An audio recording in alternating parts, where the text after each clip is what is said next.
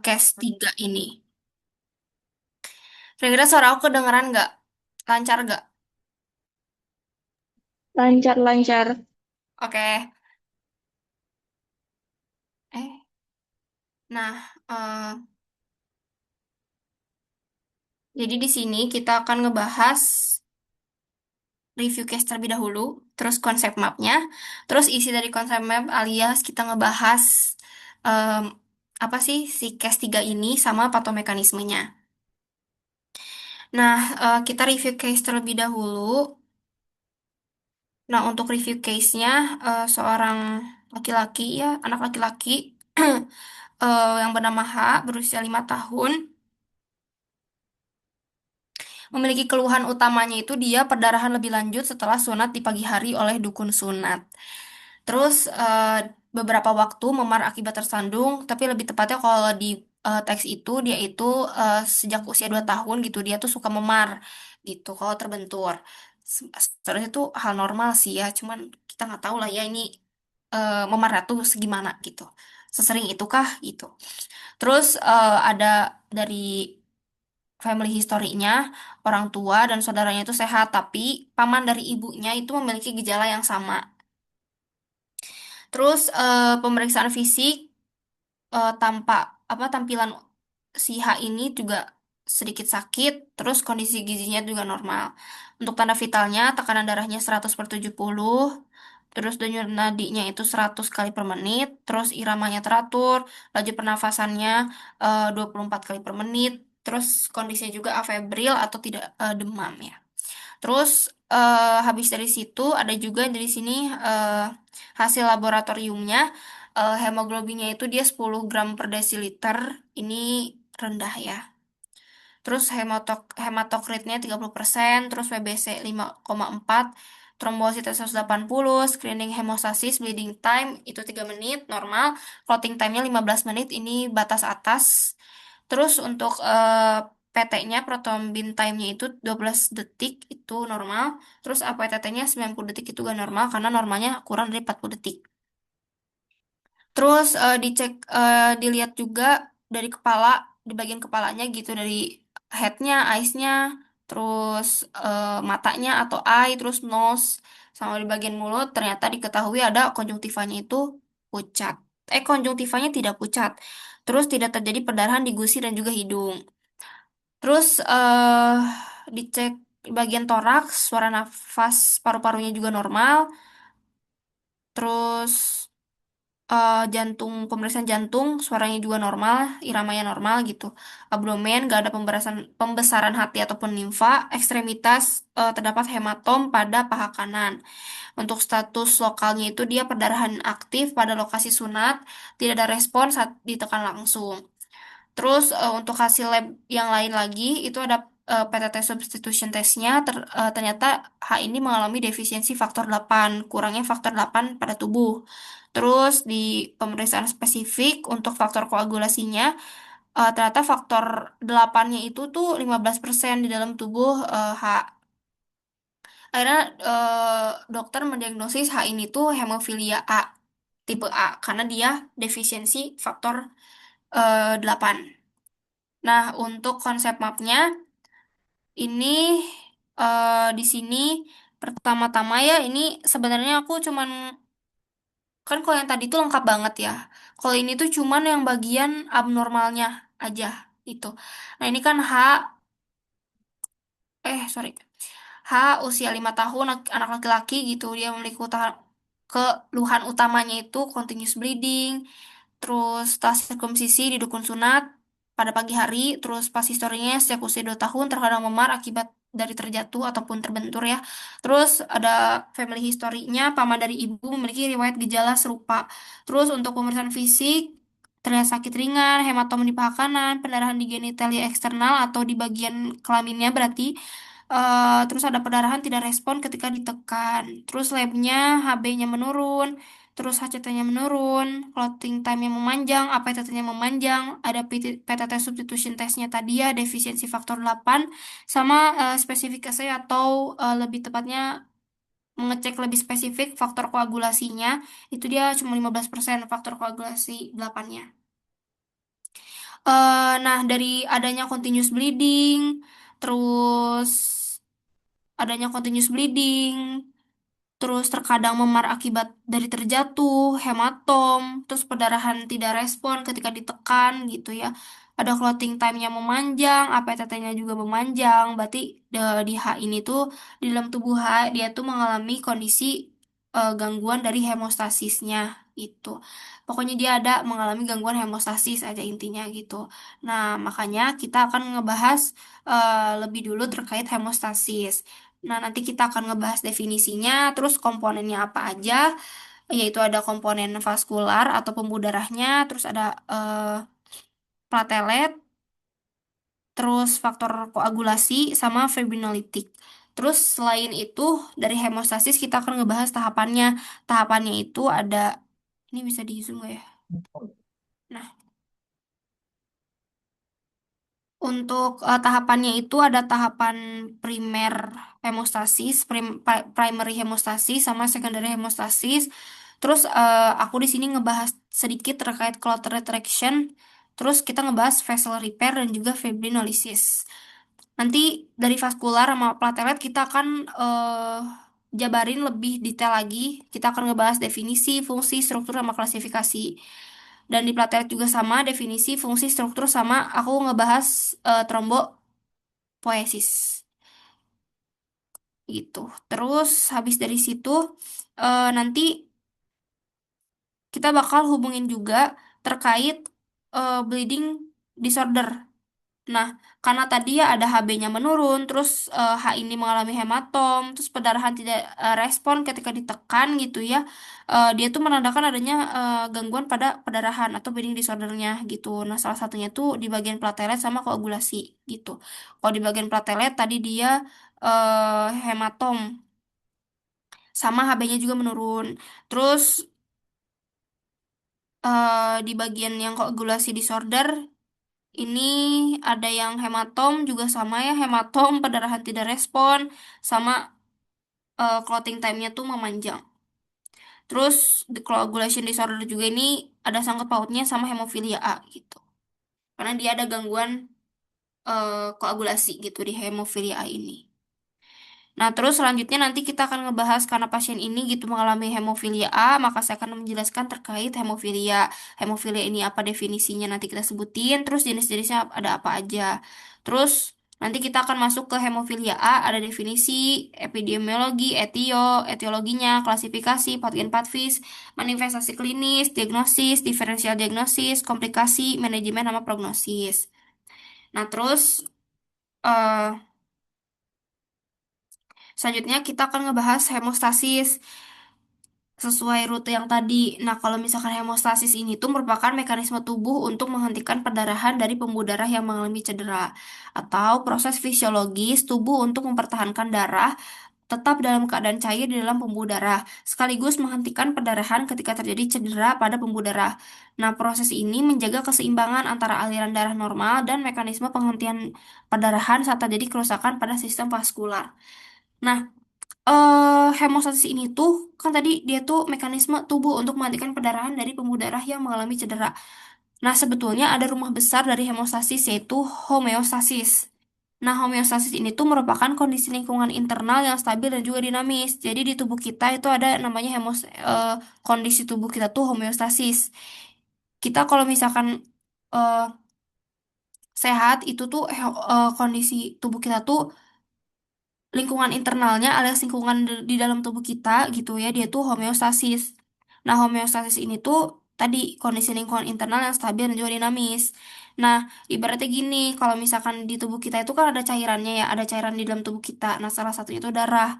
Kalau misalkan nih darah kita tuh kayak jadi intinya homeostasis itu kondisi tubuh kita tuh gak boleh cairannya tuh gak boleh kelebihan ataupun kekurangan gitu loh. Yaitu makanya disebut harus stabil dan juga dinamis gitu. Jadi kalau misalkan kita ada luka kayak di dalam kasus ini gitu kan ya disunat otomatis ada bagian tubuh dia yang terluka gitu sehingga pembuluh darahnya tuh robek karena dia respon tubuh kita tuh dia ngeluarin darah kan maksudnya tuh dari pembuluh darah karena pembuluh darahnya robek jadinya tuh dia ngeluarin darah. Otomatis si darah ini tuh ngeganggu sistem atau lingkungan internal di tubuh kita. Si homeostasis ini ngeganggu. Karena tadi homeostasis ini tuh buat stabil sama dinamis ya di dalam tubuh kita. Nah, karena berdarah tadi gitu, darahnya keluar dari tubuh kita gitu. Alhasil dia tuh ada tubuh kita tuh ngasih sinyal, wah ini kita ada darah eh, keluar dan akhirnya kekurangan gitu, walaupun sedikit gitu loh. Ini intinya akhirnya dia nimbulin efek ataupun apa ya? Ya intinya nimbulin efek yaitu si hemostasis, yaitu mekanisme tubuh untuk menghentikan perdarahan dari pembuluh darah yang mengalami cedera tadi gitu. Biar si tubuh kita tuh gak ngeluarin terlalu banyak cairan, biar tetap stabil sama dinamis kembali gitu loh, pakai hemostasis gitu. Jadi intinya rumah besarnya itu homeostasis dan respon dari homeostasis itu adalah hemostasis salah satunya gitu. Nah, selanjutnya kita akan ngebahas komponen dari hemostasis, terdiri dari vaskular atau pembuluh darahnya, platelet, faktor koagulasi, sama fibrinolitik. Nah, untuk komponen hemostasis ini tuh maksudnya tuh di hemostasis ini tuh kita memerlukan apa aja gitu. Nah, yang diperlukan tuh yang pertama ada pembuluh darah, ada platelet, faktor koagulasi, sama fibrinolitik gitu. Nah, selanjutnya kita akan ngebahas lebih dalam terkait pembuluh darah. Nah, untuk pembuluh darah ini merupakan sistem saluran tertutup dalam tubuh yang berfungsi mengalirkan darah dari jantung menuju jaringan dan sel-sel tubuh, kemudian membawa kembali darah tersebut ke jantung. Atau juga tabung berongga yang berfungsi untuk menghantarkan darah ke seluruh jaringan tubuh gitu. Nah, untuk struktur dari pembuluh darah ini dia tuh tadi dari tiga, ada tunika intima, media, sama eksterna. Nah, untuk tunika intima yang pertama tadi kan ada intima, media, sama eksterna. Nah, kalau untuk urutan ini tuh, dia tuh dari dalam keluar. Berarti dari sini nih, dari sini sampai ke yang merah, atau dari yang ini sampai ke yang biru gitu. Jadi dia tuh dari bagian dalam, dari yang lumen ini pokoknya. Nah, untuk tunika intima ini tuh merupakan lapisan terdalam yang bersentuhan langsung dengan darah di dalam lumen. Atau juga eh, tunika interna ini merupakan lapisan paling dalam dari dinding pembuluh darah yang berhubungan langsung dengan darah yang mengalir di dalam lumen. Nah, komponen dari si tunika interna ini atau intima ini dia tuh ada tiga. Ada endotelium, ada basement membran, sama internal elastik lamina atau lamina elastis interna gitu. Nah, untuk endotelium dia tuh berfungsi mengurangi gesekan aliran darah, mengatur permeabilitas kapiler, dan juga mensekresikan mediator yang mengontrol kontraksi otot polos. Jadi endotelium itu kan paling dalam ya, dia tuh pokoknya paling istilahnya berarti dia tuh paling dekat sama darah gitu. Nah, dia juga berarti yang tadi di atas lumen tadi. Nah, lumen itu rongga kosong. Berarti itu. Nah, si rongga ini tuh dikelilingi sama yang namanya endotelium ini, yang ini. Tadi fungsinya untuk mengurangi gesekan aliran darah gitu. Terus mengatur permeabilitas kapiler sama mensekresikan mediator yang mengontrol kontraksi otot polos. Terus yang kedua ada basement membran. Nah, basement membran itu tersusun dari serabut kolagen yang memberi kekuatan dan elastisitas pembuluh darah. Selain itu juga dia tuh berperan dalam proses perbaikan jaringan setelah cedera vaskular. Gitu. Jadi dia ada perannya nih si basement membran ini. Terus terakhir itu ada lamina elastis interna atau bahasa Inggrisnya tadi internal elastik lamina. Dia itu memiliki fenestrasi atau pori kecil yang memungkinkan difusi zat antar lapisan pembuluh darah. Jadi intinya kalau internal elastik lamina ini tuh ciri-cirinya pokoknya yang ada lamina-laminanya, elastik lamina itu dia tuh ada fenestrate atau ada fenestrasi atau pori-pori kecil gitu. Yang dimana ini tuh untuk difusi antar zat itu biar mudah kan, ada bolong gitu. Jadinya biar pindah-pindahnya tuh gampang gitu. Terus selanjutnya itu ada tunika media. Nah, kalau untuk tunika media ini tuh merupakan lapisan tengah dari dinding pembuluh darah yang terdiri dari otot polos yang tersusun melingkar dan dia tuh ada serat elastisnya gitu. Nah, eh tunika media ini tuh kalau digambar dia tuh punya dua intinya. Ada otot polos atau smooth muscle sama eksternal elastik lamina tadi. Salah satu ciri-ciri paling ininya gitu ya tentang elastik lamina tadi kan inget ada pori-pori gitu buat gampang difusi gitu. Nah untuk di tunika media definisi lainnya itu adalah lapisan tengah pembuluh darah dan menjadi lapisan paling tebal terutama pada arteri. Nah lapisan ini itu memiliki peran penting dalam mengatur diameter lumen pembuluh darah. Nah, yang tadi ada otot polos. Otot polos itu tersusun melingkari lumen seperti cincin. Pastilah ya karena si otot polos apa sih si pembuluh darah kan dia bentuknya kayak tabung ya. Jadi otomatis dia bakal melingkari lumen gitu. Terus eh dia juga berperan dalam vasokonstriksi dan juga vasodilatasi. Terus mengontrol tekanan darah serta distribusi aliran darah ke jaringan tubuh. Nah, terus ada juga serat elastis, yaitu memungkinkan pembuluh darah meregang saat darah dipompa dan kembali ke bentuk semula setelahnya. Dia juga membantu menahan tekanan darah yang tinggi, terutama pada apa ini? Pada arteri besar seperti aorta. Nah, selanjutnya ada juga tunika eksterna atau bagian paling luar. Ini yang merah sama yang biru. Tuh, yang biru ini di vena, kalau yang merah ini di arteri. Nah, untuk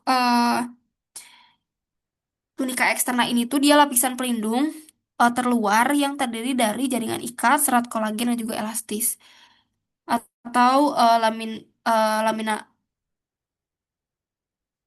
tunika eksterna ini tuh merupakan lapisan paling luar dari pembuluh darah yang berfungsi melindungi serta menopang dinding pembuluh darah dan menghubungkannya dengan jaringan di sekitarnya.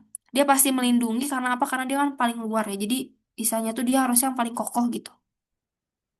Karena dia melindungi bagian-bagian di dalamnya kayak tunika internal sama media gitu. Terus untuk komponen utamanya dia itu ada serat elastis sama kolagen tadi yang memberikan kekuatan serta dukungan struktural pada dinding pembuluh darah dan juga berperan mencegah pembuluh darah itu mengalami peregangan berlebihan akibat tekanan darah. Terus ada juga vasovasorum dan juga saraf vaskular. Nah, kalau vasovasorum itu merupakan pembuluh darah kecil yang bertugas yaitu untuk menyuplai oksigen dan nutrisi ke dinding pembuluh darah besar misalnya kayak aorta gitu. Jadi vasovasorum tuh dia lebih tepatnya untuk ini udah tepat sih maksudnya cuman vasovasorum ini tuh intinya pembuluh darah yang kecil tapi fungsinya tuh dia tuh untuk si menutrisikan si arteri ini gitu. Terus struktur ini tuh lebih mudah ditemukan pada pembuluh darah berukuran yang besar gitu. Terus ada juga saraf vaskular, dia tuh berfungsi mengatur kontraksi dan juga relaksasi otot polos pada tunika. Ini untuk gambarnya, di sini ada yang vasa vasorum ini ya, dia kalian bisa lihat di daerah, aduh, bentar. Di bagian sininya tuh ada panah kecil banget ini yang apa sih namanya yang nunjukin ke pembuluh darah yang kecil tadi gitu. Ini ibaratnya pembuluh darah yang besarnya gitu. Jadi dia buat menutrisi si pembuluh darah yang besar ini gitu. Ada saraf juga, terus ada tunika adventitia atau tunika yang eksterna, ada media, terus ada juga yang tunika intima yang ini paling dalam. Terus ini juga ada ya dari nunjukin blood vessel struktur juga. Ada adventitia, media, intima, ada lumen, sama dari apa namanya arteri, vena gitu-gitu. Terus ini selanjutnya kita akan ngebahas klasifikasi sih. Nah klasifikasi ini kan diklasifikasi dia itu ada arteri, vena, sama kapiler ya. Nah ini kapiler tuh ini kapiler gitu. Nah, selanjutnya untuk klasifikasi dia tuh klasifikasinya tuh berdasarkan dinding pembuluh darahnya. Nah, dinding pembuluh darahnya itu dia itu ada arteri, vena sama kapiler. Kalau yang arteri dia merah, kalau yang eh maksudnya tuh ditandain kalau di buku-buku biar gampang gitu ya, merah. Kalau misalkan yang di vena itu dia biru. Nah, terus kita akan ngebahas lebih dalam tentang arteri. Kalau untuk arteri dia tuh merupakan pembuluh darah yang membawa darah keluar dari jantung menuju jaringan tubuh. Nah, karakteristiknya itu dia dindingnya tuh lebih tebal dan kuat karena harus menahan tekanan darah yang tinggi. Nah, intinya arteri itu fungsinya itu membawa darah meninggalkan jantung ke seluruh tubuh di bawah tekanan yang rata-ratanya itu tinggi itu. Nah, arteri ini tuh terdiri dari tiga jenis, yaitu ada elastis, muskular, sama arteriol. Nah, kalau misalnya arteriol itu dia tuh pembuluh darah yang lebih kecil alias yang kapiler tadi gitu. Terus untuk elastik arteri gitu ya, dia tuh contohnya tuh kayak aorta sama arteri pulmonalis. Ini gambarnya, dia sama aja ya, ada tunika intima, eh, tapi tunika intima itu dia ada endotelium, basement membran. Yang tadi kan ada apa sih tadi tuh yang lamina-lamina eksterna gitu-gitu. Cuman kalau di sini diganti sama lamina propria gitu. Terus ada tunika medianya, elastic tissue, sama smooth muscle, sama tunika adventitia. Nah, ciri khasnya itu dia tunika medianya itu tebal dan kaya serat elastin, sehingga dinding arteri dapat meregang dan kembali ke bentuk semula setelah jantung memompa darah. Ada otot polos, relatif sedikit, sedangkan serat elastisnya lebih dominan. Terus fungsinya untuk menahan tekanan tinggi yang berasal dari ventrikel jantung, berperan dalam Windkessel effect, yaitu penyimpanan energi saat sistol dan melepaskannya saat diastol agar aliran darah tetap stabil. Terus selanjutnya juga ada yang muskular arteri atau arteri muskular. Contohnya itu ada di arteri brachialis, radialis, sama femoralis. Ini tunika intima nih strukturnya yang tadi masih sama, dia itu ada endotelium sama basement membran, lamina propria sama internal elastic membran gitu. Terus ada tunika media, ada external elastic membran sama smooth muscle sama tunika adventitia. Untuk ciri khasnya, tunika media itu didominasi oleh otot polos sehingga mampu berkontraksi untuk mengatur aliran darah. Terus internal sama eksternal elastik lamina itu membatasi lapisan tunika media dan memberi tambahan elastisitas. Untuk fungsinya, dia tuh mengatur distribusi darah ke organ dan jaringan tubuh. Dia berperan dalam vasokonstriksi dan vasodilatasi untuk membantu mengontrol tekanan darah. Terus ada arteriol. Kalau arteriol itu dia ciri khasnya dindingnya lebih tipis dibandingkan arteri besar namun masih mengandung otot polos. Terus tidak memiliki lamina elastis eksternal. Fungsinya menjadi penentu utama resistensi perifer sehingga berperan penting dalam pengaturan tekanan darah. Untuk selain itu juga fungsinya untuk vasokonstriksi dan vasodilatasi terutama terjadi pada bagian ini untuk mengontrol aliran darah menuju kapiler. Ini yang tadi kok gak ada ya arteriol gambarnya. Cuman kalau arteriol yang tadi aja guys, yang ini nih. Dia pokoknya penghubung antara si arteri sama kapiler. Ada arteriol gitu. Sama juga kayak vena. Eh, vena kecilnya, misalnya mah jembatannya gitu antara kapiler sama vena. Sebenarnya venu sama arteriol tuh kapilernya sih. Gitu. Cuman kalau venu dari vena, kalau arteri dari arteriol dari arteri gitu. Terus ada juga vena. Vena itu tuh pembuluh darah yang membawa darah kembali menuju jantung. Tekanan darah di vena lebih rendah dibandingkan arteri, sehingga pembuluh ini memiliki katup yang berfungsi mencegah aliran darah kembali ke arah berlawanan. Jadi kalau vena ini tuh, apalagi di bagian kaki gitu, dia tuh punya tantangan besar melawan gravitasi itu ya. Nah, intinya vena itu fungsinya membawa darah kembali menuju jantung, biasanya membawa darah rendah oksigen, kecuali vena pulmonalis. Nah, dia tuh strukturnya ada vena besar, sedang sama venul. Untuk venul, ini dimulai dari venul ya. Untuk venul ini tuh dia ciri khasnya strukturnya mirip kapiler, tapi ukuran itu lebih besar. Nah, makanya tadi aku bilangnya itu kalau misalkan venul tuh dia jembatan antara si vena besar sama alias si venanya sama si kapiler. Karena kapiler tuh dia lebih kecil. Nah, venul tuh dia jembatannya gitu. Jadi besar ke kecil, paling kecil gitu. Paling kecilnya tuh kapiler gitu. Terus memiliki tunika media yang sangat tipis, hanya terdiri dari beberapa lapisan otot polos. Terus tunika eksternanya itu lebih dominan dibandingkan lapisan lainnya. Untuk fungsinya, dia itu berperan mengumpulkan darah eh, dari kapiler sebelum mengalirkan ke vena yang lebih besar gitu. Ini selanjutnya ada vena yang medium, yang sedang. Contohnya itu vena brachialis. Ciri khasnya itu ada tunika media lebih tipis dibandingkan pada arteri, terus memiliki katup atau valve yang berfungsi mencegah darah mengalir kembali ke arah bawah. Nah, fungsinya itu untuk membantu mengembalikan darah ke jantung, terutama dari bagian tubuh bawah. Nah, katup vena ini juga bekerja sama. bekerja bersama kontraksi otot rangka untuk mendorong darah naik menuju jantung gitu. Kerja vena nih berat banget ya ternyata gitu karena dia perlu ngelawan gravitasi gitu. Sedangkan arteri ya udah dari jantung ke seluruh tubuh gitu. Dia kalau arteri dia butuh apa sih gerakannya dari pompa jantung. Sedangkan kalau vena ini dia agak berat karena dia tuh harus ngelawan gravitasi tadi. Terus ada juga yang vena besar, contohnya vena cava superior sama vena cava inferior.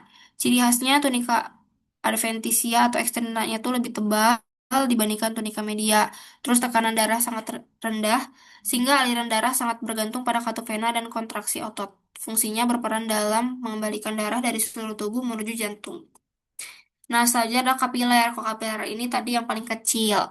Fungsinya intinya tempat pertukaran zat gitu. Dia tuh pembuluh darah paling kecil yang berfungsi sebagai tempat pertukaran zat antara darah dan jaringan tubuh. Ciri khasnya itu tersusun hanya dari satu lapisan sel endotel dan basement membran, sehingga dindingnya sangat tipis dan memudahkan difusi zat gitu. Kalau tebal-tebal nanti difusinya susah gitu ya. Terus tidak memiliki tunika, maaf, tidak memiliki tunika media maupun tunika, tunika eksterna. Aduh, maaf ya guys. Serak, gak bisa minum.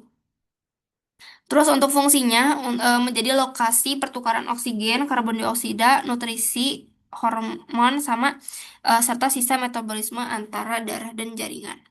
Jadi intinya untuk lokasi pertukaran lah ya. Untuk lokasi pertukaran oksigen, karbon dioksida, nutrisi, hormon sama sistem metabolisme antara darah dan juga jaringan. Nah, tadi kapiler itu terdiri dari tiga jenis. Ada yang kontinu, fenestrate, sama sinusoid. Nah, untuk kontinu itu dia kelihatan ya lah ya dari sini dia tuh benar-benar padat banget gitu. Jadi intinya dia terdiri dari basement membran, terus ada endotelial yang padat gitu. Terus kalau misalkan yang fenestrate, dari fenestrate itu dia merupakan atau fenestrations ini tuh artinya tuh pore atau pori gitu. Jadi si kapilernya tuh memiliki pori-pori gitu alias dia punya bolong-bolong, bolong-bolong kecil-kecil gitu kayak pori-pori. Dia untuk memudahkan lebih mudah lagi untuk yang namanya difusi gitu. Terus ada juga sinusoid. Nah, kalau sinusoid dia lebih parah, bolong-bolongnya makin gede gitu ya. Bolong-bolongnya makin gede jadinya tuh bukan mudah lagi ya, itu tuh gampang banget buat difusi gitu. Nah, kita bahas yang pertama ada kapiler yang kontinu. Dia itu memiliki struktur rapat dan merupakan tipe yang paling umum ditemukan pada otot, paru-paru, dan juga otak gitu. Terus ini yang continuous tadi ya. Ini kayak cuman ya udah gini doang gitu. Kalau misalnya kapiler yang fenestrate dia itu ada pori-porinya. Nih ada pori-porinya, masih ada inilah ya. Dia ada yang pakai katanya tuh fenestrate atau fenestra dengan diafragma. Iya, pakai diafragma sama ada yang nggak pakai gitu. Nah, kalau misalkan yang fenestrate capillary ini tuh dia memiliki pori-pori kecil pada dindingnya, terus banyak ditemukan pada ginjal dan juga usus. Terus, karena kan kalau misalnya di ginjal sama usus kan dia sering banget ya terjadi yang namanya difusi zat-zat gitu ya dari nutrisi, terus dari ya nutrisi sih ke darah gitu. Terus sama kapiler, yang ketiga ada kapiler sinusoid, itu memiliki celah yang lebih besar dibandingkan jenis lainnya. Dan itu terdapat pada hati dan juga sumsum tulang gitu. Ini ini gede banget gitu kan, ini kecil-kecil ya, ini gede banget. Ini sampai apa sih? Dari ini kan kalau yang continuous tuh dia dari suatu satu sel gitu, satu sel ini sama sel lainnya tuh tertutup gitu ya. Kalau misalkan ini yang fenestrate dari satu sel ke sel lainnya tuh ada bolong-bolong. Nah, kalau ini sinusoid dia bener-bener ada ada jarak gitu dari satu sel ke sel lain tuh kayak begini. Nah, ini kapiler tadi ya yang disebutin. Ini kapiler, ini dari arteriol, ini juga dari vena gitu ya. Masuk ke venul. Sorry, ini tuh venul. Ini arteriol gitu. Terus ini ke kapiler gitu. Terus ini juga kan nanti bakal di-share ya PPT-nya. Jadi kan bisa baca-baca lah ya dari sini. Kayak tunika elastis, tunika internanya gimana. Sorry, elastis arteri itu kayak gimana tunika internanya, medianya gimana, ada atau enggak. Terus kayak tunika interna ada atau enggak, sama fungsinya, terus kayak size-nya gimana gitu. Terus untuk, nah selanjutnya kita ngebahas platelet. Tadi ada sorry, tadi kan ada 4 komponen ya untuk hemostasis. Nah sekarang kita bahas yang kedua yaitu platelet. Untuk platelet itu fragmen sel kecil yang tidak memiliki inti sel dan berasal dari megakariosit. Jadi platelet itu merupakan fragmen sel kecil yang tidak memiliki inti sel dan berasal dari megakariosit atau juga bagian kecil dari sitoplasma sel yang tidak memiliki inti yang terbentuk dari pemecahan megakariosit di sumsum tulang, kemudian dilepaskan ke dalam sirkulasi darah. Nah, Nah, untuk karakteristiknya, rentang hidupnya 7 sampai 10 hari doang, diameternya 2 sampai 3 mikrometer, ketebalannya sekitar 0,5 mikrometer, terus bentuknya diskoid atau seperti cakram saat inaktif dan dapat berubah membentuk pseudopodia saat aktivasi atau kayak dia ngebentuk kaki-kaki gitu. Jadi kayak Patrick. Nah, terus untuk konsentrasinya dalam darah itu 150.000 sampai 450.000 per mikroliter. Nah, ini sebagai tambahan aja sih. Nah, tadi kan diameternya tuh sekitar 1,5 sampai 4 mikrometer atau di sini tuh 2 sampai 3 mikrometer. Dia itu pokoknya sepertiga sampai seperempat ukuran RBC itu. Terus untuk fungsinya, dia tuh untuk menutup lubang pada pembuluh darah yang rusak melalui proses adhesi, aktivasi, sekresi, dan juga agregasi. Kan bisa lebih mungkin lebih dibaca lagi di DS karena itu ada fungsi umum sama fungsi untuk hemostasis. Cuman di sini aku masukin ke hemostasis karena kita lagi ngebahas hemostasis gitu ya. Nah, terus ini yang tadi ya untuk fungsi umum membantu proses vasokonstriksi lokal pada area pembuluh darah yang mengalami cedera, membantu agregasi trombosit, sama terlibat dalam interaksi protein koagulasi. Ini sebenarnya sama-sama fungsi hemostasis sejujurnya. Cuman kalau di hemostasisnya itu lebih tepatnya atau lebih spesifiknya lagi tuh di adhesi, aktivasi, agregasi, sama koagulasi. Nah, aku ngebahas sedikit trombopoiesis, yaitu pembentukan dari si trombosit atau platelet itu. Dia dimulai dari multipotent hematopoietic stem cell atau HSC, ya ini asal usulnya gitu. Terus nanti dia bakal ke progenitornya yaitu ada kamar myeloid. Terus dari myeloid dia bakal berdiferensiasi gitu ya menjadi megakariosit eritrosit progenitor. Dari sini atau MEP, dari MEP dia akan menjadi megakarioblast. Terus dari megakarioblast dia bakal promegakariosit gitu. Dari promegakariosit dia bakal jadi megakariosit. Terus dari megakariosit dia itu akan tadi ya ada pemecahan si sitoplasma si megakariosit ini sehingga muncullah platelet gitu. Nah, ini untuk secara histologinya, secara realnya gitu, ini multipoten HSC tuh kayak begini.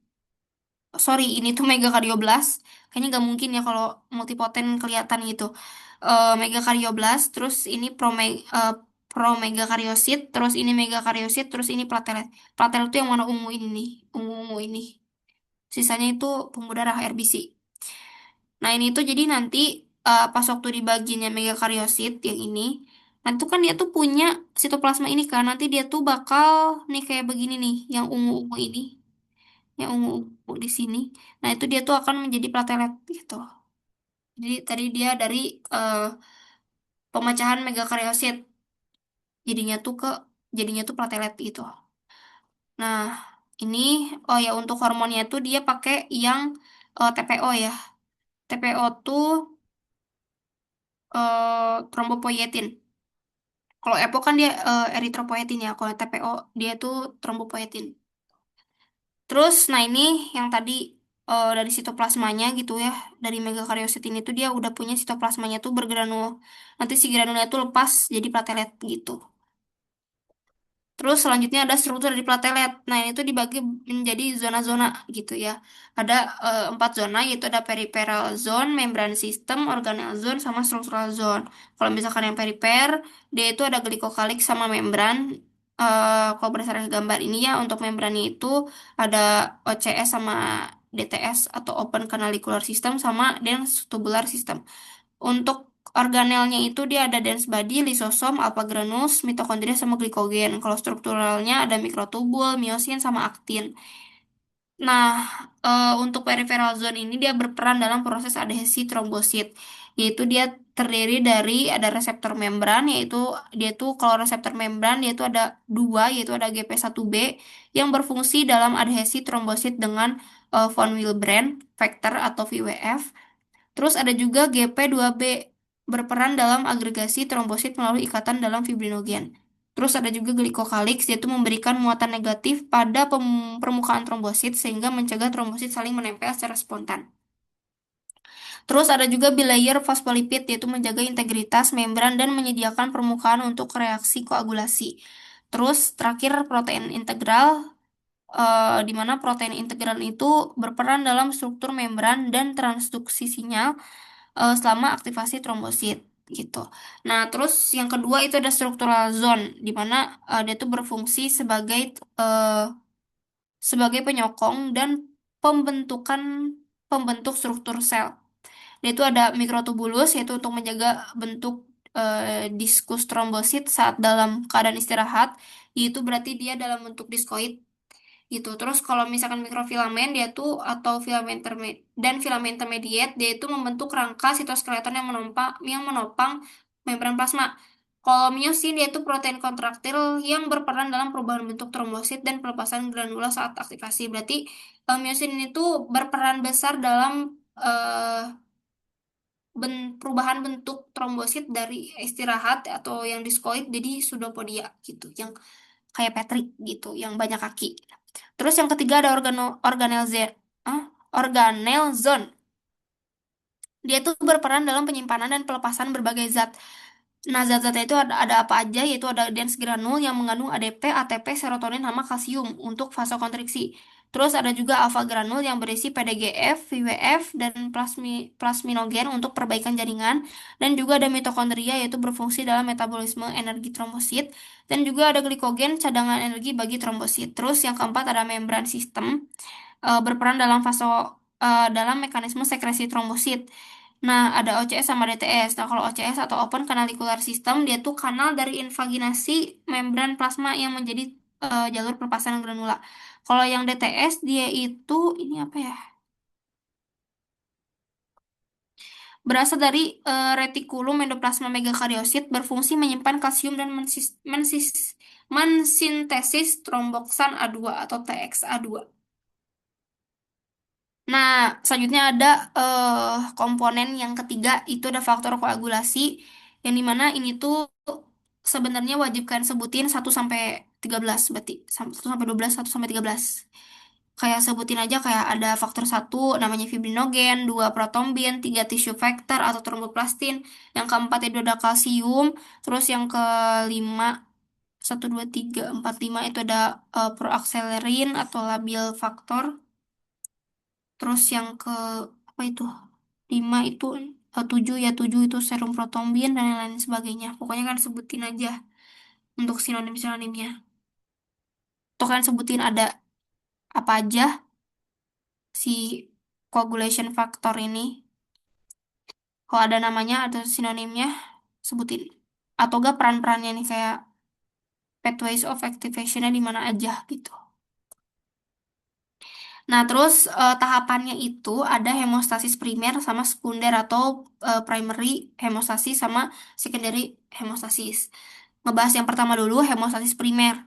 Nah, dia tuh ada respon vaskular sama respon trombosit atau fase vaskular sama fase trombosit gitu. Nah, untuk fase vaskular ini tuh intinya secara singkat nih ya, fase vaskular itu secara singkat penyempitan pembuluh darah, vasokonstriksi, penyempitan pembuluh darah biar apa? Biar darah itu gak banyak keluar gitu. Nah, sebelum masuk ke tadi fase vaskular, kita definisi hemostasis dulu, hemostasis primer dulu. Merupakan tahap awal dalam proses hemostasis dimulai sejak terjadi cedera pada pembuluh darah hingga terbentuk platelet plug. Tahap ini terbagi menjadi beberapa fase gitu ya. Ada tadi fase vaskular sama fase trombosit gitu, atau fase platelet. Nah, tadi ya fase vaskular singkat banget gitu. Intinya tuh dia tuh eh pokoknya terjadinya tuh segera ya, terjadinya tuh segera setelah luka. Otomatis setelah kita dapat luka, tubuh kita dapat luka, langsung pembuluh darahnya tuh menyempit alias vasokonstriksi gitu untuk mengurangi pembuluh darah yang ngurangin darah keluar dari tubuh gitu. Terus yang kedua itu ada fase platelet. Nah, setelah penyempitan tadi ada fase platelet yang merupakan tahap dalam primary hemostasis yang melibatkan aktivasi trombosit untuk membentuk sumbatan awal atau platelet plug pada area pembuluh darah yang mengalami cedera. Fase ini terdiri dari tiga proses utama yaitu adhesi, aktivasi, sama agregasi. Sebenarnya ada juga sekresi gitu. Nah, untuk platelet atau fase platelet ini tuh setelah adanya vasokonstriksi tadi, nah von Willebrand faktor atau VWF yang terdapat pada permukaan endotel itu tuh akan berikatan spesifik ya guys. Di endotel yang rusak itu akan berikatan dengan reseptor GP1B pada trombosit. Ikatan ini memungkinkan trombosit itu menempel pada area pembuluh darah yang mengalami kerusakan gitu. Jadi setelah adanya vasokonstriksi kan kebuka tuh si pembuluh darahnya gitu, dan ternyata di pembuluh darah ini tuh ada von Willebrand faktor gitu. Nah, ketika terekspos lah adanya von Willebrand faktor gitu, dia tuh bakal berikatan sama reseptor GP1B di trombosit gitu. Sehingga si trombosit itu jadinya tuh bakal nempel di pembuluh darah yang mengalami kerusakan. Terus beres dari situ ada aktivasi. Nah, setelah menempel pada dinding pembuluh darah, trombosit ini tuh bakal ngalamin proses aktivasi. Dia tuh bakal, kalau aktivasi dia bakal ngerubah bentuk ya. Dia tuh bakal mengalami proses aktivasi. Nah, ini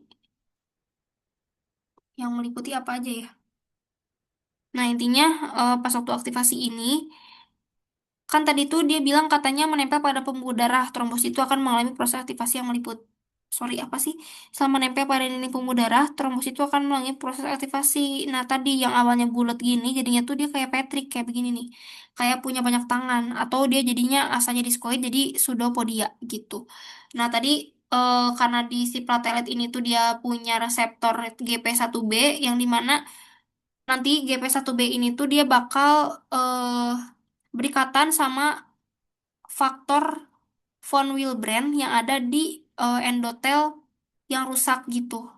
Nih ke expose nih yang gimana sih? Nah, yang ini item-item yang ini nih. Nah, ini si faktor Willebrandnya, von Willebrandnya. Nanti dia berikatan sama si platelet. Plateletnya itu dia pakai GP1B tadi. Terus akhirnya dia teraktivasi deh membentuk yang namanya si jadi ngerubah bentuk jadinya pseudopodia gitu. Jadi nah platelet yang teraktivasi gitu. Nanti setelah teraktivasi dia itu akan ngeluarin granulnya kayak ADP itu untuk menarik lebih banyak si trombosit gitu ya. Terus tromboksan A2 atau TXA2 ini untuk memperkuat agregasi dan membantu vasokonstriksi dan juga kalsium kofaktor untuk agregasi gitu. Nah, setelah dia nempel gitu kan, dia udah nempel nih si faktor Willebrand sama si GP1B-nya. Dia teraktivasi berubah bentuk jadi pseudopodia. Habis dari situ dia ngeluarin granulnya. Dari ngeluarin granul dia tuh bakal, kan tadi ada si tromboksan tadi ya. Si tromboksan ini kan tadi fungsinya buat untuk memperagregasi. Sorry, berarti ADP. ADP ini kan tadi dikeluarin ya. Nah, eh setelah dikeluarin dia tuh bakal menarik lebih banyak trombosit. Jadi si ADP ini tuh buat pemanggil si trombosit-trombosit yang lain untuk saling berikatan lagi gitu. Kayak begini jadinya makin banyak si trombositnya itu. Nah, selanjutnya ada proses agregasi. Nah, di mana agregasi ini tuh reseptor GP2B pada trombosit berarti ya yang telah teraktivasi dia tuh akan berikatan dengan fibrinogen atau faktor satu dengan bantuan ion kalsium, ya, dengan bantuan ion kalsium. Nah, jadi eh yang tadi ya mana sih gambarnya? Nah, setelah nanti si tadi udah ngemanggil banyak si trombosit gitu ya. Nanti tuh reseptor reseptor GP2B ini tuh yang telah teraktivasi dia tuh akan berikatan dengan fibrinogen dengan bantuan ion kalsium. Nah, di sini deh biar jelas ya. Nah, jadi nanti si apa sih guys tadi maaf, si GP2B reseptor yang ada di mana sih namanya, berarti di platelet dia itu akan berikatan nama fibrinogen, sorry, berarti yang ini nih, ini kan ada tandanya nih fibrinogen. Nah, ini fibrinogen dia tuh bakal berikatan sama yang tadi GP2B, berarti reseptor dari si platelet ini gitu. Dia bakal berikatan. Setelah berikatan, fibrinogen ini kemudian menghubungkan trombosit satu dengan trombosit lainnya yang tadi. Nih, jadinya tuh menghubungkan trombosit ini sama ini dihubungin gitu. Jadi istilahnya mah dia si GP2B sama si fibrinogen itu tuh buat aktivasi biar eh, trombosit satu sama trombosit lainnya tuh saling berikatan gitu. Nah, fibrinogen kemudian menghubungkan trombosit satu dengan trombosit lainnya sehingga membentuk kumpulan trombosit yang disebut platelet plak yang berfungsi sebagai sumbatan awal untuk menghentikan perdarahan. Kompleks banget ya. Jadinya tuh ketika ada luka gitu langsung apa sih namanya? Vasokonstriksi. Dari vasokonstriksi si trombosit itu yang lewat di pembuluh darah berikatan sama faktor von Willebrand karena ada apa von Willebrand ini tuh dia ada di si endotel rusak gitu gitu. Jadi dia berikatan. Terus setelah berikatan dia adanya aktivasi terlebih dahulu gitu ya. Ada aktivasi terus setelah aktivasi berubah bentuk ya jadi apa pseudopodia banyak kaki. Terus nanti sekresi granulnya kayak ADP, tromboksan dikeluarin. Terus nanti ada apa namanya agregasi gitu dari GP2B yang ada di pseudopodia atau di plateletnya. Dia bakal berikatan sama fibrinogen buat aktivasi untuk ngebuka kemampuan si platelet ini berinteraksi dengan platelet yang lainnya gitu. Jadi nanti kebentuk deh, jadinya saling berikatan nih si platelet satu 2 3 4 ini saling berikatan. Jadilah yang namanya platelet plak gitu. Alias banyaknya platelet kumpulan trombosit atau kumpulan trombosit gitu. Dia fungsinya untuk eh, menghentikan perdarahan. Dia sebagai sumbatan awal untuk menghentikan apa namanya perdarahan gitu. Biar darahnya itu nggak keluar banyak. Biar apa tadi? Biar kondisi tubuh kita tuh kembali ke homeostasis gitu, ke keadaan stabil sama dinamis. Nah, setelah terjadi hemostasis primer, ke selanjutnya tuh ke tahap hemostasis sekunder, di mana ini tuh merupakan tahap lanjutan dari hemostasis primer, di mana terjadi pembentukan fibrin, bekuan fibrin atau fibrin clot untuk memperkuat platelet plak yang telah terbentuk sebelumnya. Proses ini melibatkan aktivasi berbagai faktor koagulasi melalui beberapa jalur mekanisme. Nah, jalurnya itu ada extrinsic, intrinsic, common pathway, sama di sini aku ngejabarin lebih lanjut lagi, tapi nanti kalian bisa sebutin aja sekitar ada empat berarti yang paling besar. Karena kayak konversi protombin sama trombin itu kan dia sebenarnya masuknya tuh ke common pathway. Fibrinogen jadi fibrin juga masuk ke common pathway gitu. Jadi kalian bisa sebutin extrinsic, intrinsic, common pathway sama vessel repair dan juga fibrinolysis gitu.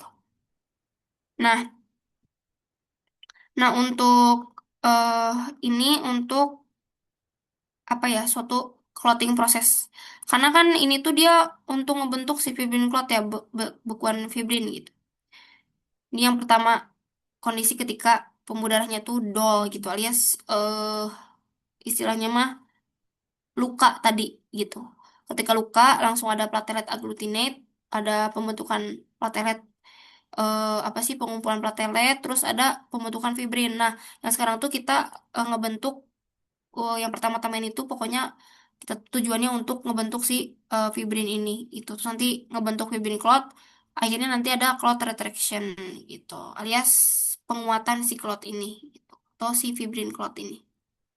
Nah, masuk ke extrinsic pathway di mana dia itu dimulai akibat kerusakan jaringan yang menyebabkan pelepasan tissue factor atau faktor ketiga dari sel endotel atau jaringan di sekitarnya. Nah, untuk proses yang terjadi ini tuh dia tissue factor atau faktor 3 ini tuh dia bakal eh, mengaktifasi faktor 7 menjadi 7 aktif. Kalau aktivasi Berarti hasilnya tuh dia jadi 7 aktif atau gak jadi aktif gitu. Dari berarti tissue factor dia tuh mengaktifasi faktor 7 menjadi 7 aktif. Lalu nanti faktor 3 faktor 7A atau faktor 3 faktor atau tissue factor gitu ya. Dengan adanya tissue factor, terus adanya 7 aktif ini dan juga bantuan kalsium, dia tuh akan ngebentuk suatu kompleks yang dimana dia tuh akan mengaktifkan faktor eh ini faktor berapa sih? Faktor 9 ya? Apa faktor 10? Ntar guys, aku rada buta Romawi. Faktor 10 jadi faktor 10 aktif. Nah, eh eh, yang kemudian nanti tuh dia tuh bakal masuk ke common pathway. Udah, ini extrinsic pathway cuman sampai sini doang. Nah, terus ada intrinsic pathway. Kalau intrinsic pathway, dia tuh jalur intrinsik yang dimulai ketika darah mengalami trauma atau kontak dengan permukaan kolagen pada jaringan yang rusak. Nah, jadi apa bedanya intrinsik sama ekstrinsik itu sebenarnya kalau ekstrinsik itu tuh dia tuh intinya tuh kerusakan gimana ya, sebentar guys. Kalau misalkan yang ekstrinsik ini tuh intinya tuh karena dimulainya itu ketika jaringan yang di luar pembuluh darah ya jadinya tuh makanya disebut ekstrinsik gitu. Jadi karena karena si apa ya pengaktifannya tuh ya di luar pembuluh darah gitu.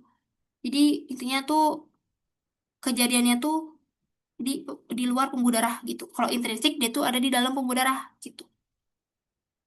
Nah, tadi ya jalur intrinsik dimulai ketika darah mengalami trauma atau kontak dengan permukaan kolagen pada jaringan yang rusak. Nah, dimulai dari yang tadi ya blood trauma atau contact with kolagen gitu ya. Nah, ketika kontak dengan kolagen itu tuh menyebabkan faktor 12 itu tuh bakal teraktivasi menjadi 12A. Terus nanti 12A ini dengan bantuan HMW kininogen sama prekallikrein dia itu akan mengaktifkan faktor 11 menjadi 11A. Nah, ini dari ketika ada kontak sama kolagen gitu ya, menyebabkan faktor 12 menjadi 12 aktif.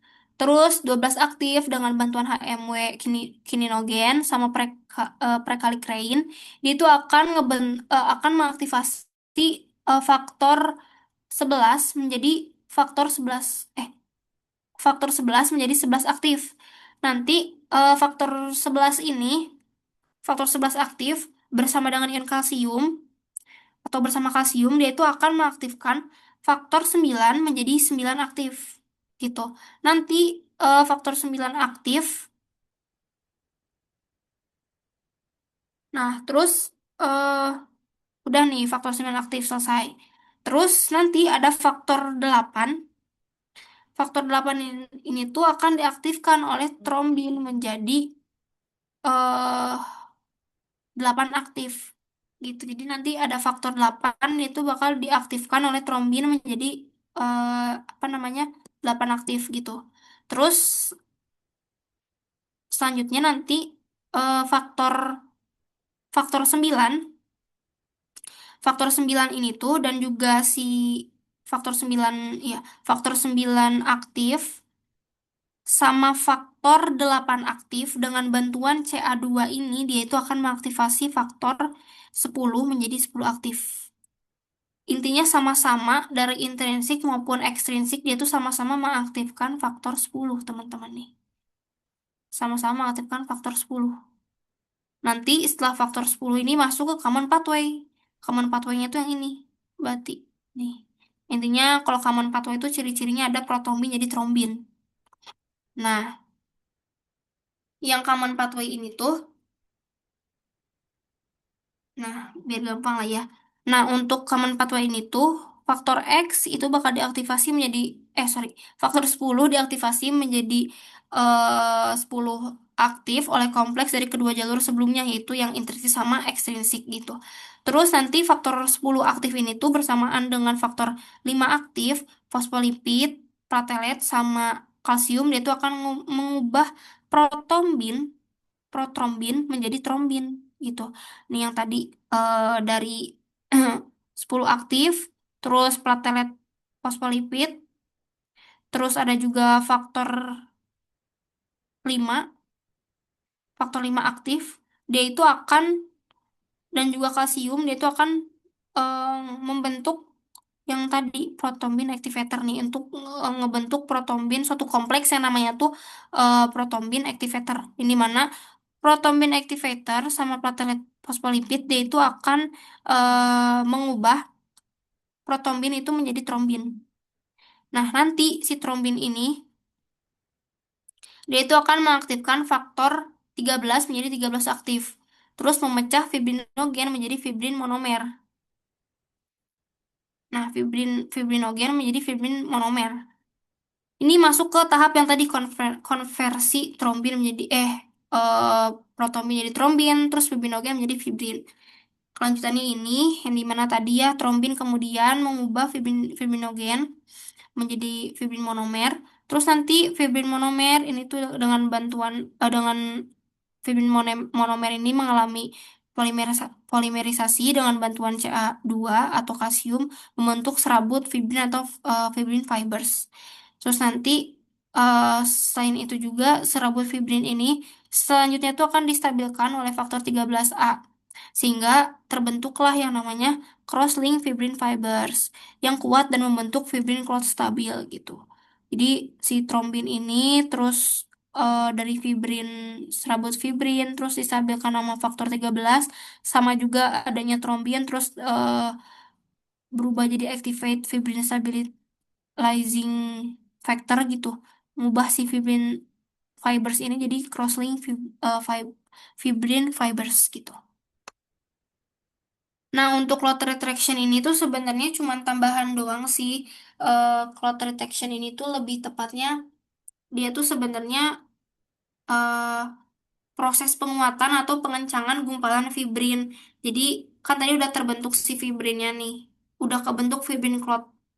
Atau berarti yang sebelumnya yang di sini crosslink berarti dari sini ya udah kebentuk fibrin clot yang stabil. Nah setelah kebentuk fibrin clot yang stabil, biar lebih stabil lagi, ini tuh setahu aku sih harusnya kalau dari sini sampai sini tuh dia masih apa ya masih rapuh lah ya gitu. Cuman karena adanya clot retraction atau penguatan si gumpalan fibrin atau si fibrin clot ini dia jadilah fibrin clot yang stabil tadi yang crossing fibrin fibers gitu. Nah, ini tuh sebenarnya cuman kayak trombosit mengaktifkan protein kontraktil kayak aktin, miosin, sama trombostenin itu menyebabkan kontraksi kuat pada spikula atau tonjolan-tonjolan dari trombosit yang melekat pada fibrin. Terus proses ini tuh dia bakal menarik tepi-tepi pembuluh darah yang rusak agar saling mendekat gitu sehingga nanti masuklah ke vessel repair gitu. Nah, vessel repair merupakan tahap akhir dari hemostasis yang melibatkan regenerasi sel endotel dan perbaikan jaringan pembuluh darah yang rusak agar struktur dan fungsi pembuluh darahnya itu kembali normal. Gitu intinya ya vessel repair tuh untuk ngebentuk apa ya, untuk ngebenerin lagi si pembuluh darah yang rusak gitu. Nah, faktor yang berperan itu ada dua, ada PDGF sama VEGF.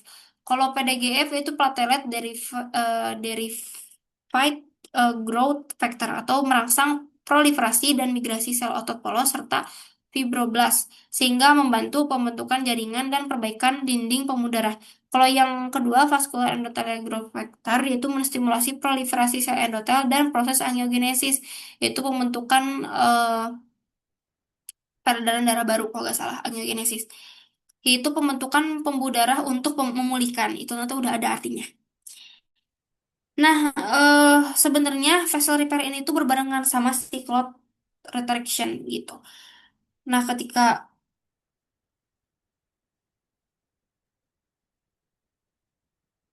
Nah, intinya si vessel repair ini tuh barengan sama si clot retraction ini. Jadi ketika setelah terbentuknya si fibrin fibers terus menuju proses ke crosslink fibrin fibers gitu ya, masih rapuh akhirnya jadi istilahnya mah lebih penguatan si clotnya jadi lebih kuat lagi gitu ya.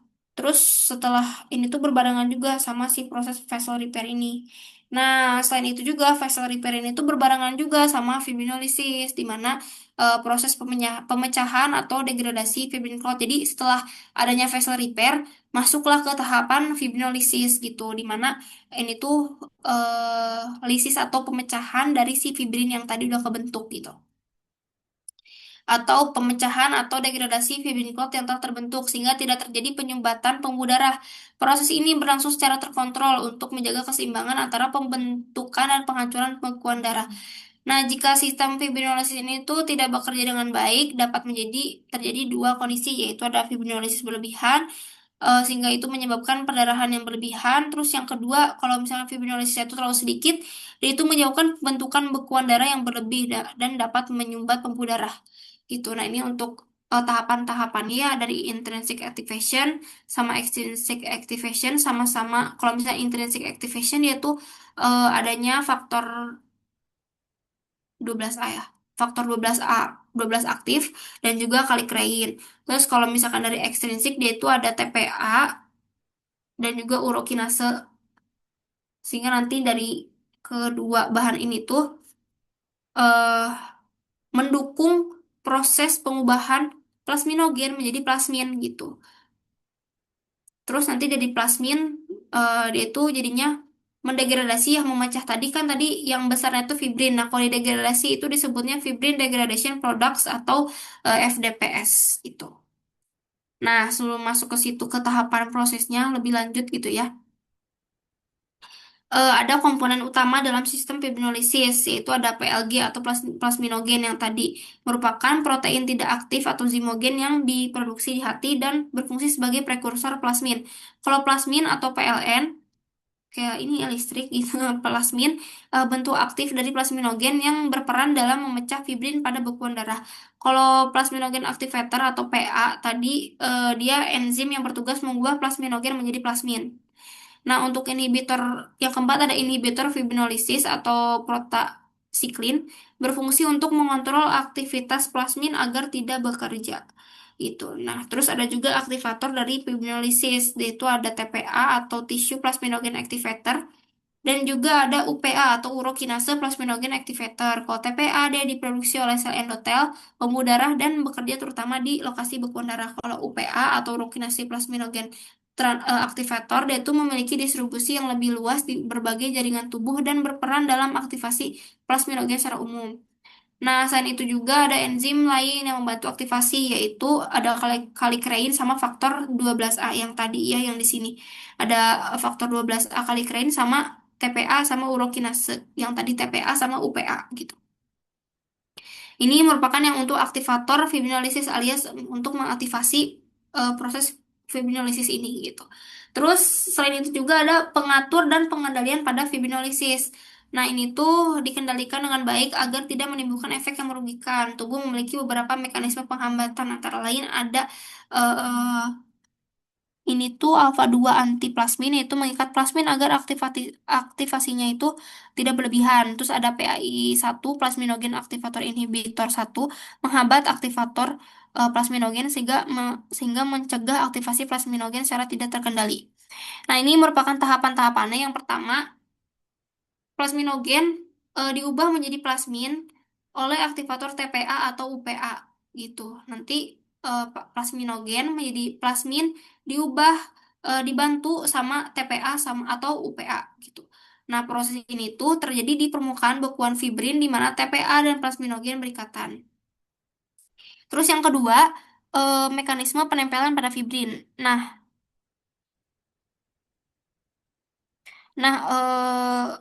Penempelan itu plasmin dan juga TPA, dia itu bakal menempel pada bagian fibrin yang disebut dengan C-terminal lisin residus. Di sini, plasmin itu mulai memotong rantai fibrin secara sistematis. Nah, udah tuh, plasmin sama TPA menempel pada bagian fibrin. Setelah di bagian fibrin, mulai itu dipotong-potong. Nah, nanti plasmin itu bakal memecah fibrin atau fibrinogen menjadi fragmen-fragmen yang lebih kecil, gitu, secara bertahap. Misalkan fragmen X itu menjadi fragmen Y, lalu fragmen Y menjadi fragmen D dan juga E. Jadi, terus dipotong-potong gitu, dari X ke Y, Y ke D, terus eh sorry, dari Y itu ke D sama E gitu. Jadi lebih kecil lagi gitu. Terus jika yang dihancurkan adalah fibrin yang sudah berikatan silang atau crosslink, maka akan terbentuk dedimer sebagai produk spesifik gitu. Makanya mungkin kalian pernah dengar ada pemeriksaan dedimer, mungkin itu untuk melihat pada tahapan ini gitu ya. Sehingga hasil akhir dari proses ini adalah dua fragmen D dan satu fragmen E yang dikenal sebagai fibrin degradation product atau FDPS. Dan kemudian FDPS ini tuh akan dibersihkan oleh hati. Dia bakal dimakan sama makrofag gitu. Karena udah gak fungsi gitu. Terus yang keempat, sistem pengendalian atau inhibitor atau penghambat. Untuk mencegah fibrinolysis yang berlebihan gitu, tubuh memiliki beberapa inhibitor gitu. Kalau misalnya udah selesai gitu ya, nanti ada PAI 1 dan 2 menghambat TPA sama UPA itu agar tidak terus mengaktifasi plasminogen. Jadi nanti setelah udah selesai, nanti ada PAI 1 dan 2 dia tuh akan menghambat si eh, TPA sama UPA buat ngubah si plasminogen jadi plasmin gitu. Terus nanti ada A2 antiplasmin atau AP, dia tuh menetralkan plasmin bebas yang lepas ke sirkulasi darah agar tidak terjadi perdarahan sistemik. Terus ada TAFI. Nah, TAFI ini tuh, kalau TAFI ini tuh dia membuang residu lisin pada fibrin sehingga plasmin tidak bisa menempel yang menyebabkan fibrinolysis melambat gitu. Jadinya kalau misalkan TAFI-nya ada gitu ya, kalau TAFI-nya ada berarti dia tuh menyebabkan si fibrinolysisnya tuh jadinya melambat gitu. Jadi si TAF ini dia intinya untuk sistem mengendalikan gitu, untuk pengendalian. Sehingga kalau ada TAFI berarti fibrinosisnya itu melambat. Tapi kalau gak ada TAFI berarti fibrinosnya itu jadi cepat gitu. Alhasil dia tuh proses penghancuran fibrin keterusan gitu ya. Nah, terus selanjutnya kita akan ngebahas terkait bleeding disorder. Nah, tadi kan kalau untuk bleeding disorder yaitu gangguan pada sistem hemostasis yang menyebabkan perdarahan abnormal akibat kelainan pada pembuluh darah, trombosit ataupun faktor koagulasinya. Nah, makanya di sini ada tiga jenis, ada vaskular, platelet, sama koagulasi gitu. Nah, yang pertama ada vascular disorder, yaitu merupakan gangguan pembuluh darah, di mana khasnya itu masalahnya itu pada struktur pembuluh darah yang rapuh atau rusak. Untuk labnya itu hasil biasanya itu normal semua, trombosit, PTA, PTT-nya itu normal gitu ya. Terus untuk contoh penyakitnya ada scurvy, itu defisiensi vitamin C, ada senil purpura, ada apa ini? Hannock Schönlein purpura atau HSP dan juga hereditary hemorrhagic telangiectasia. Untuk klinisnya itu ada peteki, ditemukannya peteki atau memar meski hasil darahnya itu normal. Itu ya. Mungkin ya untuk yang herediter tadi udah ya. Untuk yang herediter, yang tadi ya hemoragik, telangi ektasia atau Ehlers-Danlos.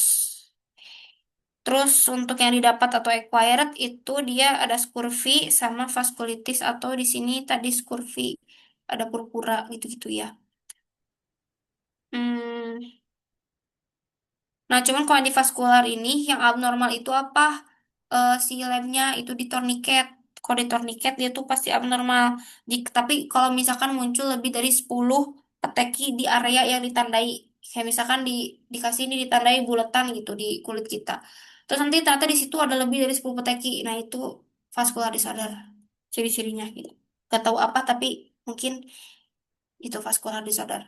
Terus selanjutnya ada platelet. Kalau platelet disorder dia itu gangguan trombosit, berarti kan khasnya itu masalah jumlah atau fungsi keping darah. Kayak misalkan hemostasis primer. Jadi masalah masalah di jumlah atau fungsi keping darah atau berarti masalahnya itu ada di hemostasis primer. Karena di hemostasis primer ada eh, respon trombosit atau respon platelet atau fase platelet gitu. Nah, labnya itu eh, ditemukan adanya bleeding time-nya itu memanjang, terus jumlah trombosit bisa rendah, trombositopenia atau trombositopati gitu, atau harus sama trombositosis ya, mungkin. Nah, untuk PT sama PTT-nya itu normal. Contoh penyakit itu ada ITP, dengue hemorrhagic fever, terus Glanzmann Bastenia sama Bernard Solier syndrome.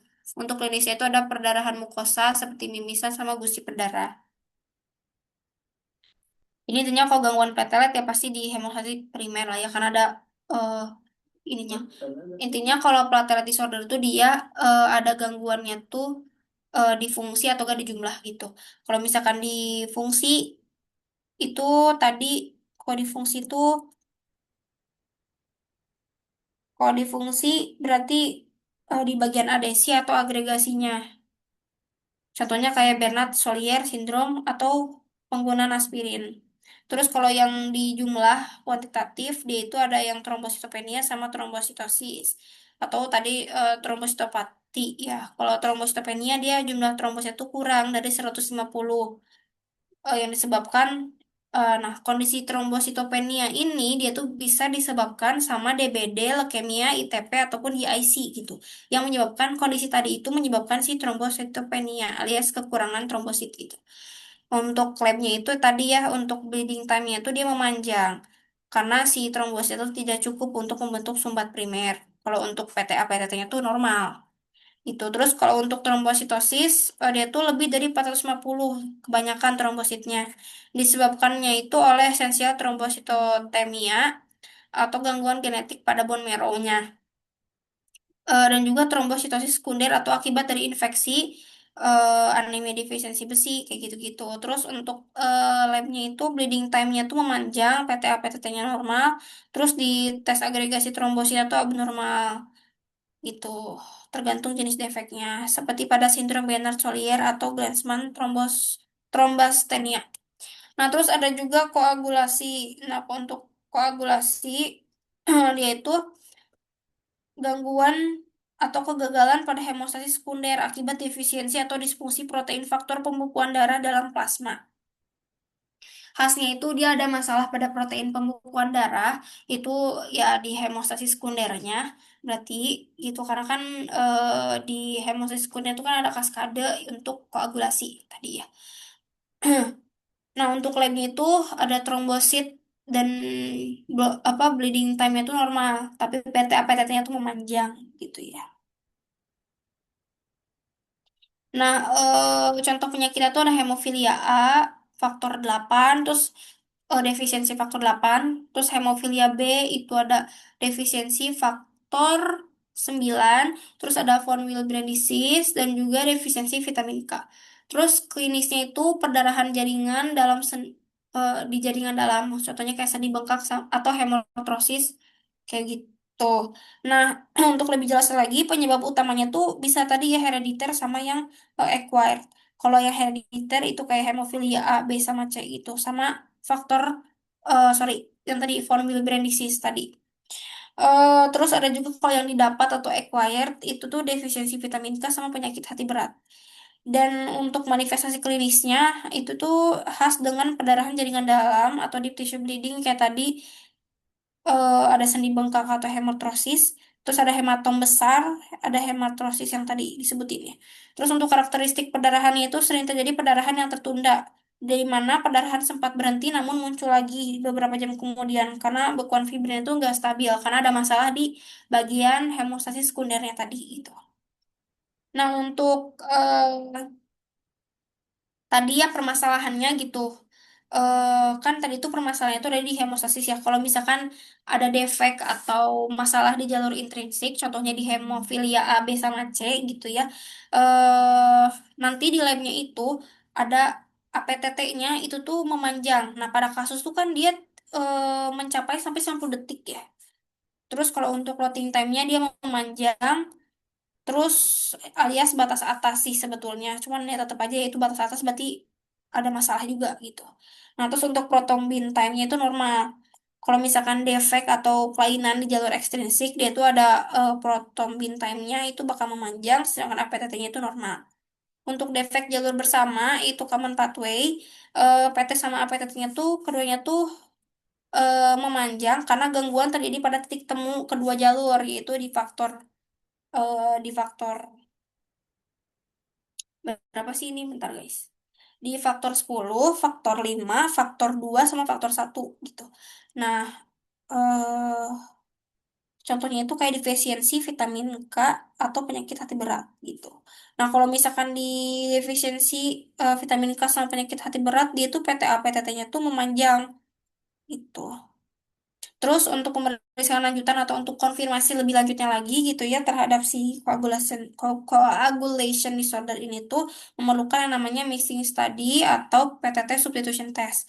Nah, kalau misalkan terkoreksi atau pas waktu ditambahin gitu ya si eh darah kita pakai koagulasi apa ya berarti ada darah yang koagulasi normal gitu pokoknya ditambahin si koagulasinya gitu ternyata kembali normal menandakan adanya defisiensi faktor koagulasi kayak misalnya darah kita dicampur pakai koagulasi yang 8 gitu ternyata normal jadi normal nah berarti bukannya bertambah tapi malah normal nah berarti kalau normal begitu artinya eh, ada defisiensi faktor 8 gitu terbukti gitu. Kalau misalkan dia tetap memanjang alias jadinya tuh bertambah, berarti menandakan adanya inhibitor.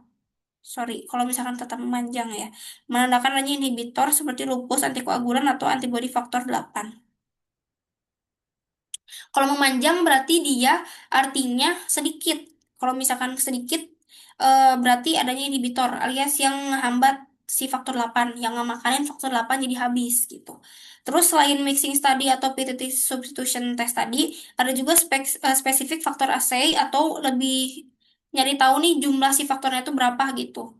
Nah, itu dilakukan untuk mengukur persentase aktivitas faktor tertentu, misalkan kadar faktor 8 untuk mendiagnosis hemofilia A gitu. Kan di sini juga dikasih tahu ya kayak eh, tadi juga pas waktu review case dikasih tahu dia ada mixing study sama spesifik faktor assay-nya disebutin gitu. Nah, terus selain itu juga untuk konfirmasinya yang ketiga itu ada dedimer digunakan untuk menilai aktivitas fibrinolysis kalau misalkan itu akan meningkat drastis pada kondisi seperti disseminate intravascular coagulation atau di IC. Nah, selanjutnya kita ngebahas terkait penyakitnya sekarang. Nah, di kasus ini kan tadi ya didiagnosis hemofilia, terus diketahui ada PTT substitution testnya atau mixing studies-nya tadi terkoreksi. Sorry, berarti ya terkoreksi berarti kan. Maka si pasien ini tuh pas waktu di PTT substitution mengalami defisiensi faktor 8. Terus dicari tahu lagi spesifik untuk ngeliat persentasenya si aktivitas si apa namanya faktor 8-nya ternyata cuma 15% di dalam tubuh si H ini. Makanya dokter tuh mendiagnosis hemofilia. Nah, hemofilia apa? Nah, karena di pasien itu dia apa namanya? Tadi defisiensi faktor 8 maka masuknya itu ke klasifikasi hemofilia A atau defisiensi faktor 8. Nah, sebelum masuk ke hemofilia A-nya, hemofilia itu merupakan kelainan pembekuan darah yang diturunkan secara genetik akibat defisiensi atau gangguan fungsi faktor koagulasi tertentu sehingga menyebabkan perdarahan yang sulit berhenti. Nah, untuk hemofilia A itu dia defisiensi faktor 8, hemofilia B faktor 9, hemofilia C dia faktor 11. Nah, untuk hemofilia A, dia itu kelainan resesif terkait kromosom X yang disebabkan oleh defisiensi faktor 8. Penyakit ini terutama menyerang laki-laki, sedangkan perempuan biasanya menjadi carrier. Kenapa bisa ke laki-laki gitu? Kalau perempuan cuma carrier, karena kalau laki-laki kan dia punya satu X ya. Sedangkan kalau bisa diturunkan, eh laki-laki itu tuh langsung terkena gitu. Kalau misalkan yang diturunkan kayak gimana ya? Kayak misalkan kayak X Y gitu. Terus misalkan di atas ada XX sama X Y gitu. Terus misalkan ini tuh yang diturunkan itu kan kalau gak salah tuh kalau misalkan kan itu dari paman ya. Intinya kalau misalkan di cewek gitu, misalkan kayak di sini hemofilia. Ini cuma misal dong ya. Kalau dari hemofilia gitu, kalau misalkan ke anak cewek ya dia bakal carrier. Tapi kalau ke anak cowok ini tuh bakal dituruninnya tuh langsung gitu. Langsung H di sini nih. Langsung H. Dan ini tuh artinya tuh apa? Ini artinya sakit berarti. Sakit dia. Makanya kalau misalkan ke cowok langsung sakit. Dia bilang kan menyerang terutama laki-laki. Karena apa? Karena ya orang langsung diturunin gitu kan ya. Begitu. Terus, terus kita hapus. Nah, terus selanjutnya epidemiologi dari hemofilia ini tuh tergolong sering alias banyak kasusnya gitu ya. Common gitulah ya. Prevalensinya itu sekitar 17 kasus per 100.000 pria gitu. Sekitar 80% sampai 85% kasus hemofilia itu adalah hemofilia A. Jadi hemofilia A ini tuh paling sering dibandingkan jenis hemofilia yang lainnya gitu. Untuk etiologinya dia itu ada mutasi gen dari faktor 8 itu di kromosom X Q28. Ki itu berarti di bagian yang ini yang di lengan lengan kinya. Ada mutasi di gen faktor 8, terus ada bisa juga karena mutasi inversi sama mutasi genetik seperti delesi, insersi, missense, nonsense ataupun mutasi splicing. Terus ada juga bisa jadi karena pembentukan auto antibody terhadap faktor 8. Itu kalau misalkan kayak begini tuh berarti hemofilianya tuh acquired atau yang didapat alias bukan herediter. Bukan yang diturunkan tapi dia awalnya sehat cuman pas sudah besar tiba-tiba ada pembentukan autoantibody terhadap faktor 8, akhirnya dia hemofilia gitu. Terus selanjutnya, hmm, definisi dari, sorry, ini tuh yang ini. Nah, untuk hemofilia ini tuh, tadi udah ya definisinya, ini definisi yang lain, dia tuh gangguan perdarahan herediter yang bersifat X-linked resesif, di mana terjadi mutasi pada gen F8 atau faktor 8 yang menyebabkan defisiensi atau cacat sintesis faktor 8. Kondisi ini menyebabkan gangguan pada jalur intrinsik kaskade koagulasi sehingga pembentukan trombin terhambat dan jaring fibrin yang dihasilkan menjadi rapuh. Terus untuk epidemiologinya tadi terjadi pada satu dari setiap 5.000 sampai 7.000 kelahiran bayi laki-laki hidup karena pola pewarisan yang terkait X-linked gitu. Terus penyakit ini terjadi hampir secara eksklusif pada laki-laki sedangkan perempuan biasanya menjadi carrier. Untuk hemofilia A, untuk klasifikasinya berdasarkan ini ya, berdasarkan kadar faktor 8-nya itu ada tiga, ada mild, moderate, sama apa, severe. Apa ya, severe. Ya gitu, pokoknya berat gitu. Kalau yang mild itu 6 sampai 40% dari normal, kalau moderate 1 sampai 5% dari normal, kalau yang tadi severe, severe, yang berat ini kurang dari 1% dari normal gitu. Berarti kadar si faktor 8 itu pokoknya kalau berat dia kurang dari 1%, parah banget. Kalau yang moderate dia 1 sampai 5%, kalau yang mild atau yang ringan banget 6 sampai 40% dari normal.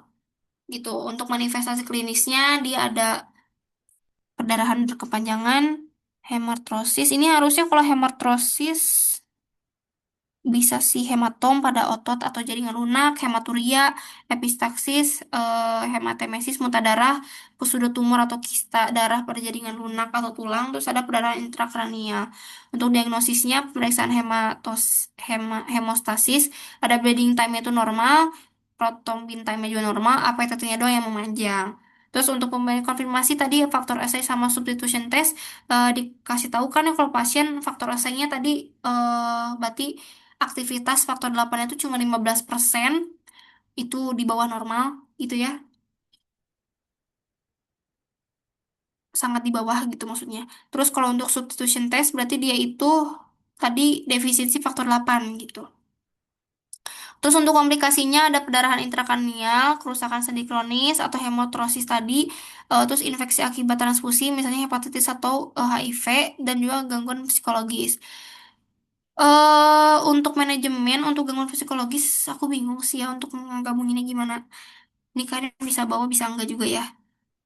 Kalau kataku nanti buat Soka, aku menyarankan untuk memasukkan atau kalian sebutinnya tuh yang kalian bisa jelasin lagi gitu ke dokternya gitu. Aku nanti ditanya, kalian harus ngerti kenapa bisa terjadi gangguan psikologis pada hemofilia A gitu. Untuk manajemen, ada terapi penggantian faktor 8, ada desmopresin untuk hemofilia ringan, profilaksis faktor 8, atau pengganti ya dari faktor 8 sama krioprecipitat atau plasma dari fat factor. Itu merupakan pemberian plasma yang fresh, frozen kalau nggak salah. Terus untuk prognosis, pasien itu umumnya itu sangat baik atau bonam jika mendapatkan terapi pergantian faktor secara rutin. Nah ini versi lainnya. Untuk etiologi masih sama ya, Kayak begini, terus untuk klasifikasi ada yang berat, kadar faktor 8 itu kurang dari 1%. Biasanya tuh ditandai dengan perdarahan spontan sejak masa bayi, sering terjadi hemartrosis atau hematoma. Dan hematoma. Kalau yang sedang itu kadar faktor 8 itu 1 sampai 5%. Biasanya tuh perdarahannya trauma ringan atau operasi dengan hemartrosis spontan yang jarang gitu. Kalau ringan, dia kadar faktor 8 itu 6 sampai 40%. Perdarahan jarang terjadi dan biasanya hanya muncul setelah trauma besar atau prosedur bedah. Nah, ini yang hemofilia A yang sekarang itu kayaknya hemofilia ringan ya.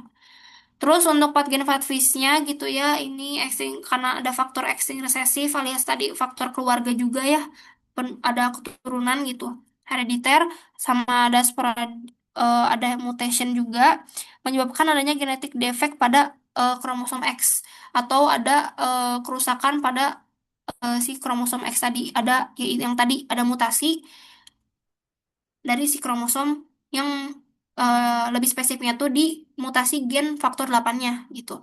Sehingga menyebabkan faktor 8-nya tuh defek alias rusak gitu, gak diproduksi dengan baik gitu atau kurang produksinya. Terus setelah rusak ini atau faktor 8-nya kurang gitu menyebabkan adanya penurunan atau defisiensi fungsi dari si faktor 8 yang dimana ini merupakan suatu klinisnya itu adalah hemofilia A tadi. Nah, ketika adanya defisiensi fungsional dari faktor 8 itu dibagi jadi tiga tuh, ada yang mild disease, ada yang moderate, sama yang severe tadi. Nah, karena yang di kita itu dia kan yang mild ya. Nah, pokoknya sama-sama dari tiga ini menyebabkan hemofilia A. Dari hemofilia A ini tuh kan dia berarti adanya gangguan pada intrinsic clotting pathway alias adanya gangguan di intrinsic pathway gitu. Karena kan dia intinya lokasinya itu dia di hemostasis sekunder yang dimana tadi kan faktor 8 ya. Faktor 8 tuh ada di bagian intrinsic pathway gitu. Nah, terus karena adanya gangguan di intrinsic pathway gitu menyebabkan si PTT-nya itu bakal meningkat gitu alias tadi atau meningkat atau di batas atas gitu ya. Nah, terbukti kan ya di sini juga PTT-nya dia apa sih memanjang. Terus impaired trombin.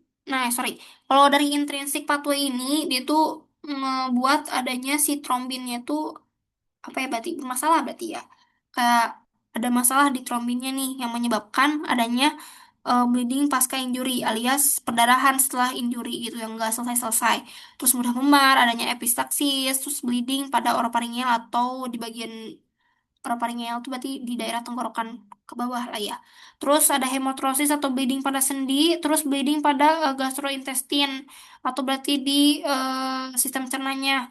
Terus ada juga intramuskular hemorrhage atau perdarahan di otot gitu.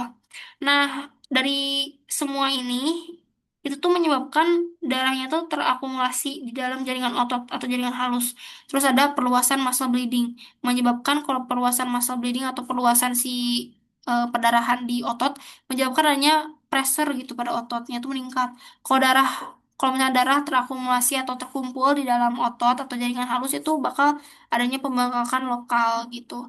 Nah, terus untuk hemofilia ini manifestasi klinisnya tadi ya ada hemortrosis, ada hematoma, hematuria, continuous bleeding akibat tindakan medis sama pendarahan membran mukosa atau mimisan atau epistaxis gitu. Terus untuk diagnosisnya, nah untuk diagnosisnya tuh dilakukan anamnesis, riwayat perdarahan yang sulit berhenti, dan riwayat keluarga dengan pola pewarisan terbaut X. Jadi ditanya nih, riwayat perdarahannya tuh gimana gitu loh. Kayak dilihat selama ini kalau berdarah tuh kayak gimana, cepet kering atau enggak gitu. Terus ada gak sih riwayat perdarahan yang sulit berhenti gitu lah ya. Terus untuk riwayat keluarga dia tuh dicari tahu adakah keluarga yang memiliki gejala yang sama gitu. Kalau misalnya ada ya berarti harus di ini curiga nih ada pewarisan atau herediter kayak hemofilia ini gitu. Terus dilakukan pemeriksaan fisik, tahunya ditemukan adanya hematom, bengkak sendi, atau perdarahan aktif pasca trauma. Terbukti lah ya di kasus ini juga sama ada hematom gitu. Terus dia ada perdarahan aktif pasca trauma alias alias sunat dia berdarah terus kagak berhenti-berhenti gitu. Terus pas waktu pemeriksaan lab dia tuh APTT-nya memanjang jika hemofilia berat atau sedikit memanjang berada di batas atas normal jika hemofilia ringan. Terbukti juga di sini tuh kan dia tuh si APTT-nya tuh memanjang atau berada di batas atas normal, dia hemofilia ringan itu terbukti. Terus PT sama CT-nya atau prothrombin time sama clotting time-nya tuh normal. Untuk konfirmasi lagi nih kan kita udah kecurigaan, oh ini kemungkinan hemofilia nih gitu. Karena ada pasien keluarga yang sama nih cowok juga gitu kan. Dilakukan konfirmasi gitu kan dicek APTT-nya terkoreksi ternyata gitu ya ternyata terkoreksi artinya ada defisiensi faktor 8. Terus one stage assay atau tadi yang spesifik assay dicek lagi gitu ya. Ternyata aktivitas faktor 8 itu cuma 15% di pasien gitu. Sehingga itu mendukung diagnosis hemofilia. Terus untuk diferensial diagnosisnya, untuk diferensial diagnosisnya tuh ada hemofilia B di mana dia tuh defisiensi faktor eh berapa ini teh? Faktor se eh aku takut salah. Faktor 9 berarti. Faktor 9 secara klinis tidak dapat dibedakan dan memerlukan assay faktor spesifik gitu. Jadi ya buat ngebedain ini tuh hemofilia A, B atau C ya perlu tadi assay faktor spesifik atau juga eh kayak yang tadi yang mixing mixing studies lah pokoknya. Terus selain itu juga ada von Willebrand disease terutama tipe Norman Normandi, terutama tipe Normandi di mana faktor 8 rendah karena gangguan pengikatan dengan VWF. Terus defisiensi faktor koagulasi lain seperti faktor 11 dan juga faktor 12 gitu. Oh, 8 apa yang 8 nih? Faktor 8. Apa yang tadi faktor 8? Defisiensi ini tuh faktor ini benar kan faktor 9. Benar-benar oke. Nah, mana sih tadi? Nah, ini tadi diferensial diagnosisnya ya. Diferensial diagnosisnya kayak ya kalau nggak hemofilia B atau C, ya von Willebrand disease ataupun disease faktor koagulasi defisiensi faktor yang lain gitu. Kayak faktor berapa ini teh? Faktor 11 sama 12 gitu. Terus untuk manajemennya terapi penggantian faktor 8 em, pemberian konsentrat faktor 8 rekombinan atau produk plasma donor untuk mengganti komponen yang hilang gitu. Jadi ya kayak donor darah aja gitu. Kalau kita kurang darah ya didonor pakai darah. Nah, kalau kita kekurangan faktor 8 ya kita didonor pakai faktor 8 gitu. Terus untuk desmopresin itu tuh untuk hemofilia ringan digunakan untuk meningkatkan kadar faktor 8 ini. Cuman ini kalian perlu baca-baca lagi untuk desmopresin ini ya teman-teman. Eh, Siapa tahu jujur masih kurang ngerti gitu. Untuk profilaksis faktor 8 juga sama ya. Terus ada krioprecipitat atau plasma derived faktor sama agen antifibrinolytik atau asam dia tuh ini tuh agen ini tuh ada asam tranexamat untuk membantu menstabilkan bekuan darah terutama pada perdarahan mukosa gitu. Mungkin dari Valdi ada ngejelasin ini gak desmopresin sama profilaksis sama krioprecipitat. Tapi kok gak salah kalau yang krioprecipitan itu dia faktor 8 yang dibukuin deh kalau gak salah frozen apa gitu lupa. Mungkin dari Valdi ada yang jelasin mau dijelasin nggak?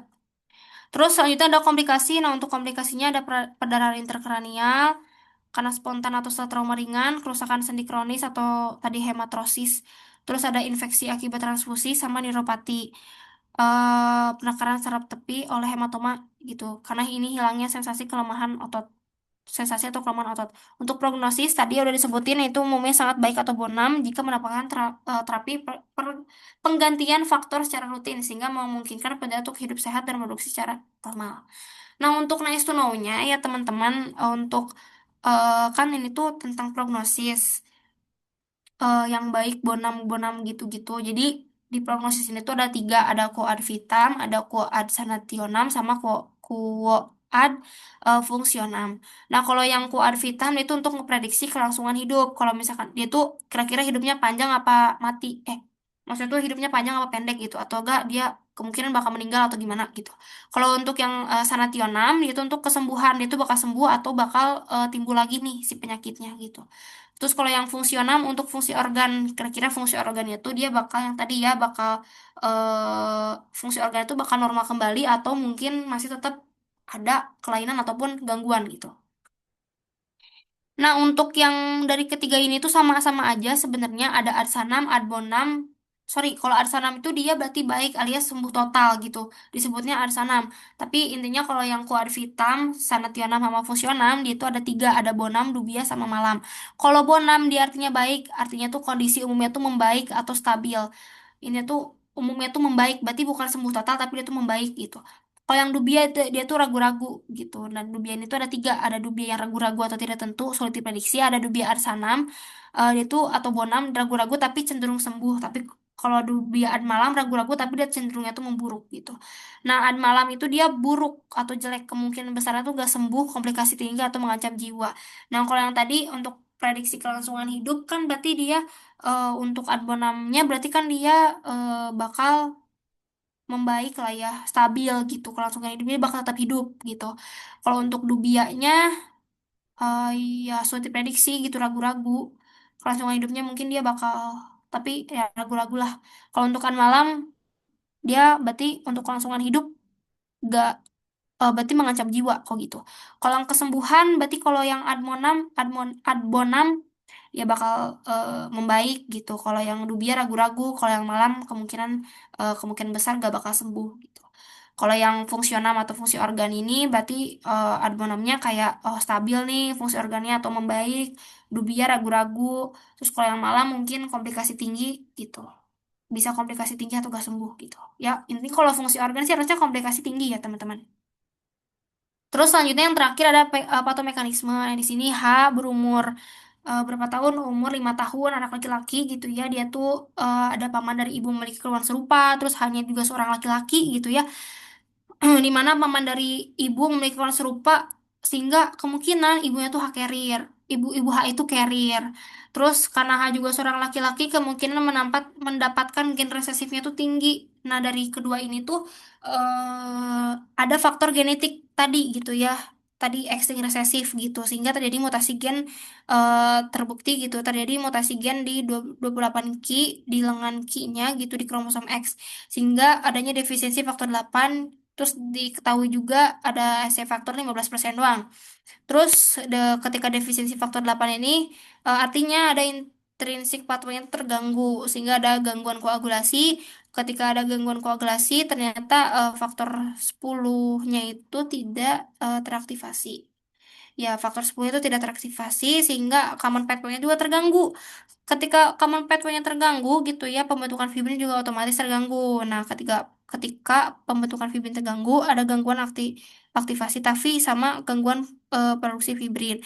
Kalau gangguan produksi fibrin dia nanti plagnya jadi rapuh karena fibrin kan tadi buat nutup luka ya, penutupan luka yang isinya tuh yang paling stabil gitu. Jadinya tuh kalau ada gangguan produksi fibrin otomatis plagnya rapuh gitu.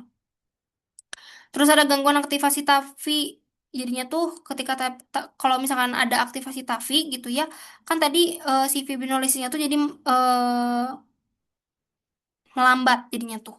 Jadinya tuh si fibrinolisisnya tuh dia bakal melambat. Jadinya tuh ya udah dia bakal ngelisis fibrin sesuai fungsinya gitu.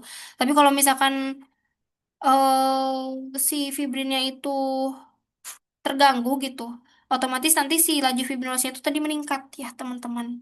Jadi intinya si kalau misalnya ada gangguan aktivasi TAFI alias si TAFI-nya itu berarti gangguan, terus berarti TAFI-nya sedikit, laju fibrinosnya itu bakal meningkat gitu. Nah, karena apalagi rapuh, laju fibrinosnya juga meningkat alias si fibrinolisis berarti si fibrinnya tuh terus-terusan di degradasi gitu. Otomatis nanti dia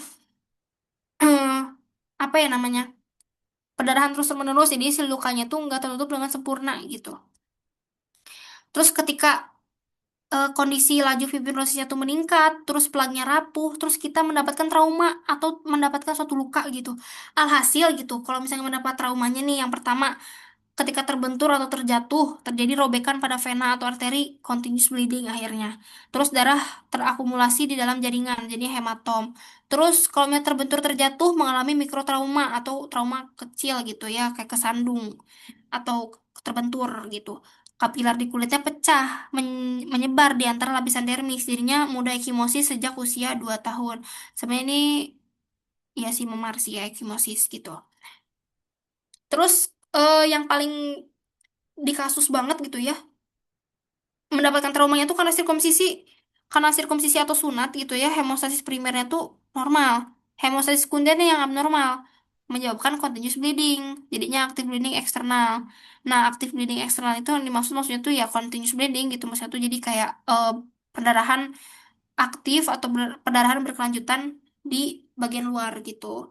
Nah, ketika adanya active bleeding eksternal ini, diketahui juga kan si pasiennya tuh APT-nya memanjang 90 detik, anemia, dia HB-nya tuh 10 karena anemia dikarenakan blood loss atau kehilangan banyak darah gitu. Terus ada clotting time-nya juga memanjang sekitar 15 menit atau di batas atas.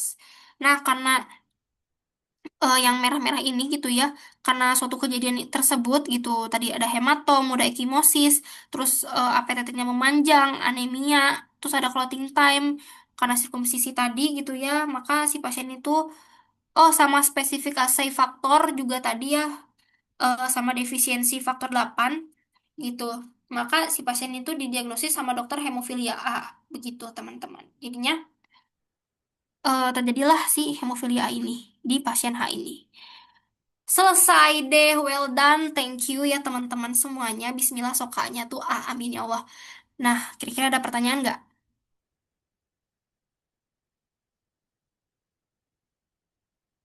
Tuh kalau ini di chat juga nggak apa-apa.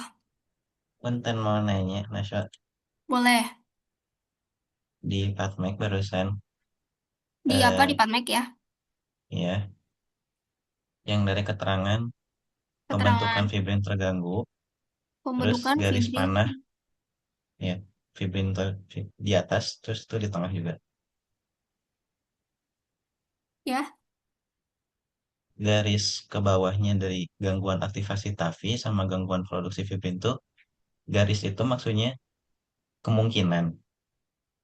Em, enggak. Jadi karena pembentukan fibrin tuh yang gini, kan itu tuh ada proses fibrinolisis ya tadi tuh. Terus proses Mm-mm. fibrinolisis ini tuh kan dia tuh perlu dikontrol. Kalau misalnya dikontrol itu kan tadi ada aktivasinya sama ada inhibitornya kan. Nah, si Tavi ini tuh kalau gak salah tadi tuh dia masuknya tuh ke inhibitor gitu, biar gak terlalu si proses fibrinolisisnya tuh terlalu apa ya terlalu sering gitu. Terus Ya, kalau ya. misalkan, terus kalau misalkan yang produksi fibrinnya itu ya emang sesuai gak sih? Karena pembentukan fibrin kalau terganggu gitu kan otomatis ada gangguan di produksi fibrinnya gitu. Oh, mungkin lebih tepatnya si fibrinolisisnya terganggu kemarin ya. Tapi kan sama aja ya fibrinolisis. Hmm, Hmm. Jadi beda intinya nggak sih? gitu sih. Kenapa? Nggak, maksudnya ya udah benar juga di keterangannya mah udah kayak kalau sebelah kiri karena si fibrin yang udah terbentuknya tapi dia terus-menerus dihancurkan. Kalau di kanan Hmm. pembentukannya kurang gitu. Itu kan. Iya betul-betul. Kalau yang di Cuman maksud kanan aku tadi itu gimana? pengen nanyanya, Ya. hmm, benar. Oh iya sih benar. Cuman kayak maksud aku tuh aku bingungnya Hmm. tanda panah di sini gitu kayak urutannya. Kalau Hmm. misal pembentukan fibrin terganggu sebelum ada garis panah gangguan aktivasi TAFI sama gangguan produksi fibrin mah kayak seolah Barengan. eh, pembentukan fibrin terganggu itu menunjukkan adanya gangguan aktivasi sama gangguan produksi. Tapi Oh, oke. bagi aku mah gitu, menurut aku sekarang soalnya mending gangguan aktivasi TAFI sama gangguan produksi fibrin tuh menunjukkan adanya gangguan pembentukan fibrin gitu. Oh, Jadi oke kayak ngerti-ngerti. Dibalik ya. menurut aku sih gitu. Oke. Oke, nanti kita pertimbangkan ya. Ya. Makasih ya. Oke. Kenapa? Iya udah. Oh, udah oke. Oke. Makasih. Ya, makasih juga. Ada lagi gak teman-teman?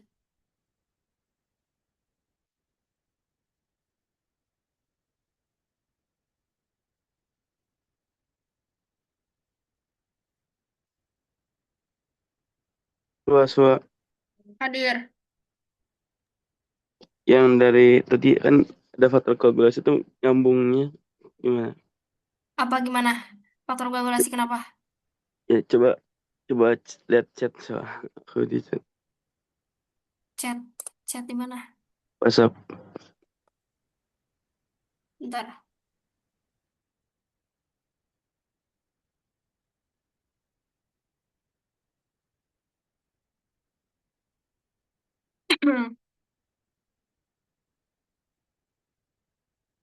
Tadi abis dari faktor koagulasi langsung ke trombopoiesis apa gimana? Sebenarnya ini tuh aku tuh takutnya salah juga ya. Cuman ini aku ngebahas aja sih sebenarnya terkait trombopoiesis ini tuh karena takutnya nanti ngebahas gitu loh sedikit tipis-tipis gitu ya. Karena kan ini ada plateletnya gitu. Jadi aku ngebahas sedikit si trombopoiesis. Jadi nanti berarti dari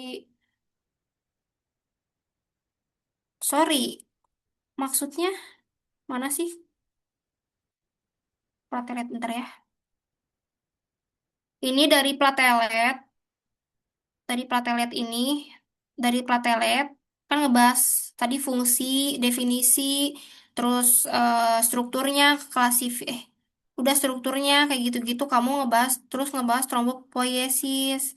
Dari trombopoiesis ya udah kan ini kan pembentukan platelet kan.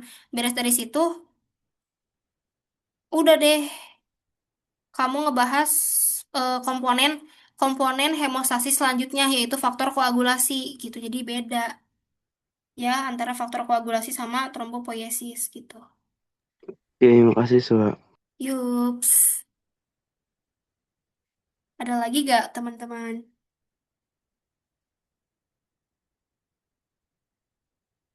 Punten Wak mau nambahin, Boleh, boleh. sebenarnya untuk case 3 sampai 5 itu udah kelihatan banget ya kayak bagian hematopoiesisnya tuh apa yang dibahas. Jadi yang case 3 itu spesial trombopoiesis, case 4 granulopoiesis, terus case 5 limfopoiesis. Jadi Oh ya gitu. harus dimention sih. Oh oke, berarti harus dimention. Iya Kalau harus dimention. oke, kalau ininya kira-kira perlu gak sih kayak misalkan apa cuman sebutin doang ya kayak megakariosit, megakariobras, terus megakariosit sama platelet. Wajib ya berarti disebutin. Iya mungkin disebutin dengan apa ya tahapannya aja sih. Oh, sama hormonnya kali ya, takut ditanyain. Mm-mm. Oke. Terus ukuran karena ini kan platelet itu nanti akan ini ya sebenarnya tuh dari megakariosit yang ter apa sih namanya tuh ter apa sih tercabik-cabik. Aduh, apa sih namanya bahasanya? Fragmentasi. Nah, Oh iya, iya terfragmentasi. fragmentasi. Nah, itu paling kayak harus dimention aja gitu. Ya, Oh, dari sesingkat-singkatnya aja biar cukup dari waktunya. dari C ke D ya berarti dari apa megakariosit ke platelet Iya, karena beda ukurannya beda jauh banget ya dari gede ke kecil gitu. iya betul. Terus Begitu. platelet juga nggak ada nukleusnya kan. Iya betul, betul betul. Ayo guys, ada yang mau bertanya nggak? Atau nggak nanti boleh banget nih chat Iya Najwa ataupun Valdi ya yang bikin betul. DS-nya. Boleh juga Betul. chat aku atau Safa. Soalnya ini 2 menit lagi. Aku cuma sampai 17.30 ininya ngesetnya. Yups.